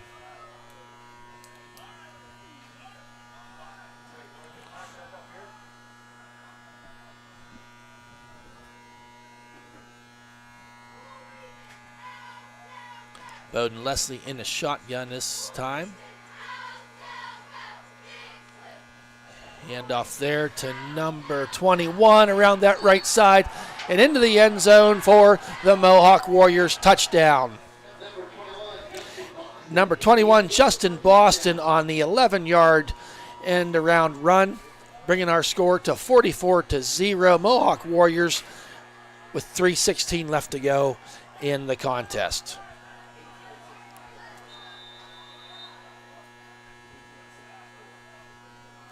So, Josh Wilkins on for the extra point. He's been perfect tonight. He missed one, but there was a penalty, so right. he got to re-kick it again. Got the re-kick. And he is still perfect on the night. That brings our score to 45-0. Warriors over our Ellwood City Wolverines. Let's take a quick timeout.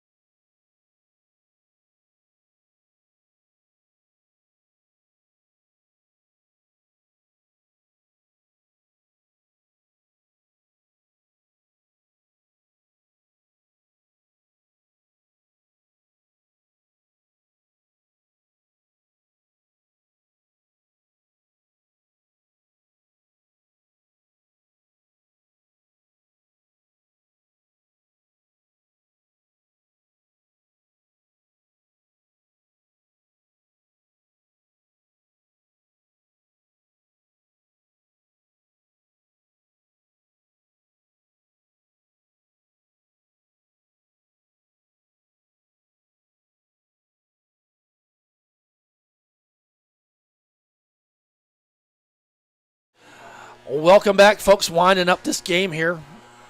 3 minutes and 16 seconds. I tell you, the first quarter went so fast, and this one here just keeps dragging on in this fourth quarter. 45-0. Mohawk. Back to receive. Brooklyn Toronto and Kendall Kopus.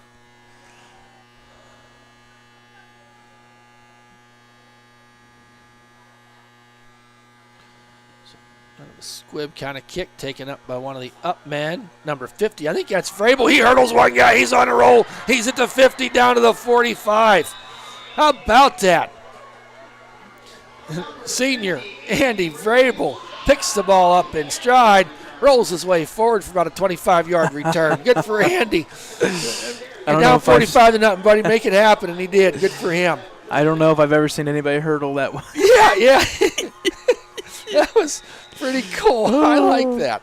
Pretty good stuff. So I think 3:04. Yep. The clock is running. I Yep. heard a whistle blow for a timeout, but we did mention earlier. We'll get it in quick. If you guys want to put any advertisings on there, advertising about your players, your business, whatever, let Brad Windhorst know on our social media pages what things we run there in the timeout. Ashton Wilson, handoff there to number 25. Cop is taken down by Toronto. number 7. Oh, that was Brooklyn. Yep. Brooklyn, Toronto. You're probably Lucas Kreis made the stop there. Brooklyn really had nowhere to go. Score update for you guys that are following. Big matchup in that 4A conference. Aliquippa and Newcastle. It's Aliquippa at the end of 3, 23-20 now. I'll be darned. Yeah. That would be. That may be Aliquippa's first field goal in forever. It's That's not a knock, but no, it's but that's just history does repeat itself. Yeah. There's a handoff there from Ashton Wilson and number 25. Brooklyn, Toronto, turning them legs forward. Picks up about 6 on the play, does Brooklyn, Toronto. Brooklyn's a junior, 5'8", 130 pounds, but kind of speedy.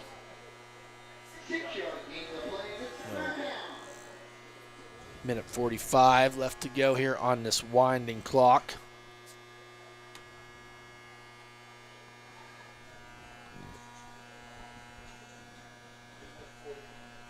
Ashton Wilson under center.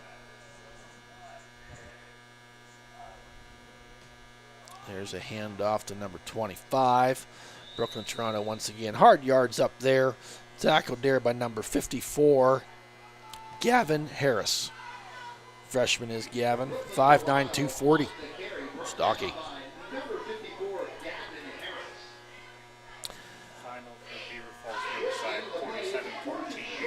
What was it? 47-14 Beaver Falls. Okay, so we have our first final score. Beaver Falls beats Riverside 47-14. Okay.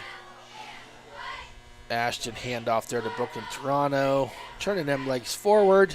Does get enough for the first down. That was fourth down, I beg your pardon. On that 4th and 2, Brooklyn did get 3. Small victory. That's the first down. Count it. See Ryan Welsh, number 65, out there on the field. Aaron Hobel just coming off the field, number 87. Number 63 is out there. That is Anthony Baird playing on the line. Ashton handoff there to Toronto. Makes the first man miss, bounces off of him, follows his way forward to about the 30-yard line. I think that might do it, folks. We've got 10 seconds left to go in the contest. And I think we're going to call it a game.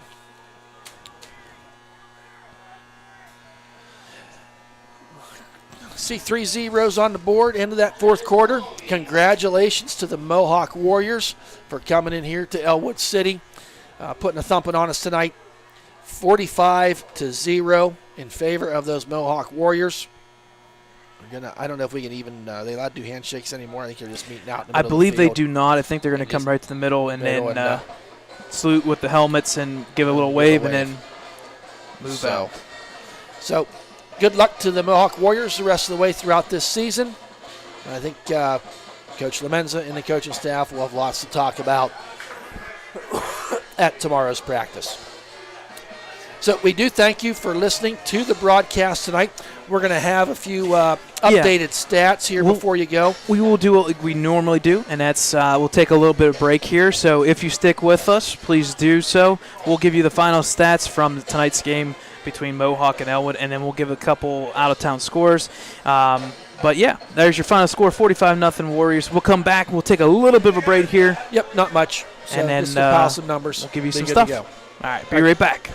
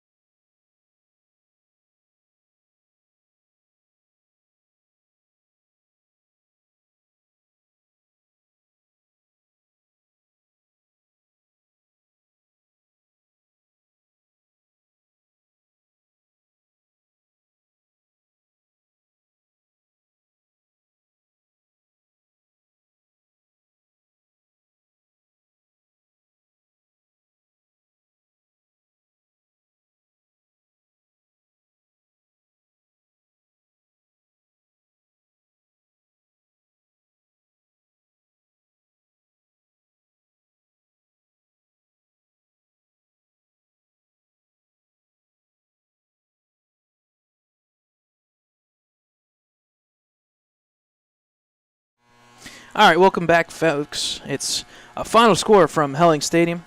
The final score being 45-0. The Mohawk Warriors defeat the Ellwood City Wolverines to improve to 1-0. And as weird as it sounds, 1-0 in conference play to start the year. Yeah, every game counts. Every game is huge. Every game or every week is that much more important. So we'll run through the stats here, and then we will go through a couple out-of-town scores.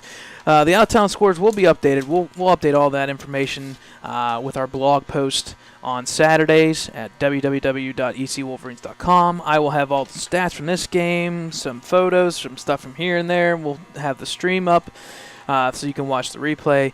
But more importantly, those games that you do miss when you tune in for us, some really good action out there, some really good scores around the Whipple action tonight. So a couple scores here, or a couple stats from our game. The scoring summary after that second quarter, the third quarter, just two more scores. At 11:05, Mark Conti with a 20-yard touchdown pass from John Voss. John Voss just lit it up tonight, and he is a junior, so they are set at that quarterback position for for another year. For sure. In the fourth quarter at 3:16, Justin Boston with a 13-yard run with the extra points, all good. 6 for 6, and a field goal of 29 yards by Josh Wilkins on the evening. So your final score 7-24, 7-7 at the board makes it 45-0 Mohawk Warriors. Couple stats from their game. First downs.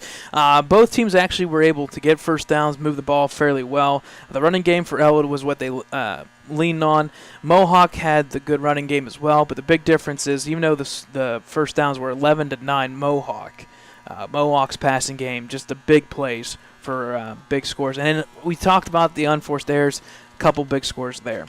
Rushing yards wise, for Mohawk 120, for Ellwood 133. Passing, this is the big difference, 249 yards to 35 for Ellwood. Passing attempts and completions, it was 15 for 17 versus 5 for 16 for the Wolverines. The average gain per play was 8.6 to 3.5, so again, they almost finished with averaging a first down every single play.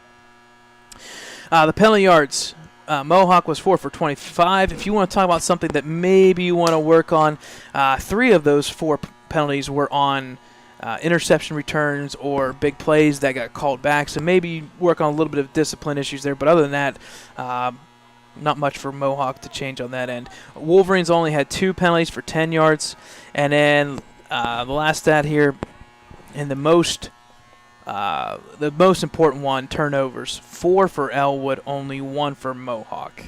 I believe all 4 of those turnovers went for scores. So there's that. The big ones, we're going to just name the big guys for each stat. Rushing-wise for Mohawk was Turk Davies. He had 4 carries for 59 yards, the long of 41. The scoring touchdowns were from Brian Klein and Justin Boston. For Ellwood, Tyler Powell finished with 14 carries, 50 yards, and Kendall Compass with that last little push there had that long of 39. He finished with 5 carries for 47 yards. Passing-wise, Gibbons finished 5 for 16, 2 interceptions, 35 total yards. John Voss, 14 of 16 for 240 yards and 3 touchdowns. Bowden Lisley finished 1 for 1 for 9 yards. Receiving-wise, Ellwood leading the way was Ashton Wilson, our go-to guy all the way around. He was 4 for 20 yards receiving-wise, and then big one for Mohawk. Their all-around go-to guy was Corey Brown. He put up 2 catches, 88 yards, and a touchdown. But more importantly, he had 2 of those interceptions. That was huge. So there's that. So there are your final scores, or your final stats from tonight's game. The big ones on defense-wise, tackle-wise, leading the way for Ellwood. Zach Gatto had 7 total tackles. Brighton Mariacher, we called out a couple times. He had 6 tackles with 1 tackle for loss. There were a couple sacks there. Ellwood finished with 2 sacks for 19 yards, and they did have that fumble recovery by Zach Gatto. For Mohawk on defense-wise, yeah, they tore it up like crazy. Number 99, Charlie Schillingberg. He finished with 9 total tackles, 1 tackle for loss for 16 yards, and that was technically the sack. And then you also had that 1 big fumble recovery brought back by Brian Klein. So a lot of turnovers here and there. Unfortunate end result in the turnover situation, but that is how it goes. So there are your stats from tonight's game. We do have a couple updates on out-of-town scores. We will get you a couple more. The main 2 that we're just going to focus on as those rest of those scores are coming in from the fourth quarter is Beaver Falls and Riverside. Beaver Falls, like we said, they won the final score 47-14. And then Aliquippa started the fourth quarter, got the ball back, marched down. It is now 30-20 Aliquippa. Another score that we just got real quick. Oh, check that. Aliquippa is now up 37. So just like you were saying, that fourth quarter push making it the difference. So it's now 37-20 Aliquippa. One score update, and this is a good one. If you want to chime into it, definitely check it out. I'm almost positive it's on Trib Radio. If not, Newcastle News is covering it. Neshannock and Laurel at the end of the third quarter, just 2 minutes ago, 7-7. No kidding. So that's a good one there. Game. Yep. So there's your out-of-town scores. Again, anything that we talk about tonight, you can recap it. You can watch the replay. You can get all the information about scores from out-of-towns later tomorrow morning at our website, www.ecwolverines.com. And this game will be up for 2 weeks, Brad? Oh, it'll be up for the season. You can, if you want to rewatch this game, that'll be up for the rest of this. It'll be up forever now. And couple just real things quick. We want to thank our friends at 107.3 WXED here in Ellwood City Radio on the radio side for broadcasting our game tonight. A busy week of high school sports coming up here in Ellwood City. We will keep you alerted to all those things coming up.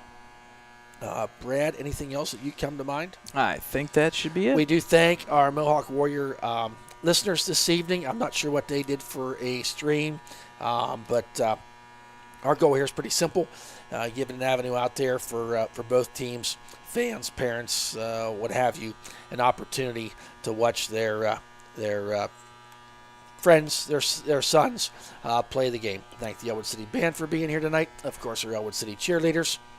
I think that about wraps it up. We'll see you next Friday night, 7 o'clock kickoff. We'll be coming from New Brighton Stadium. I just lost the name of their stadium, but we'll have that for you next week. With that, folks, thank you to Dakota Marshall for running the camera this evening.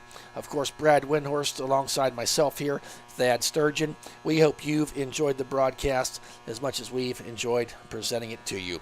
Have a great weekend, everybody. We'll see you next week.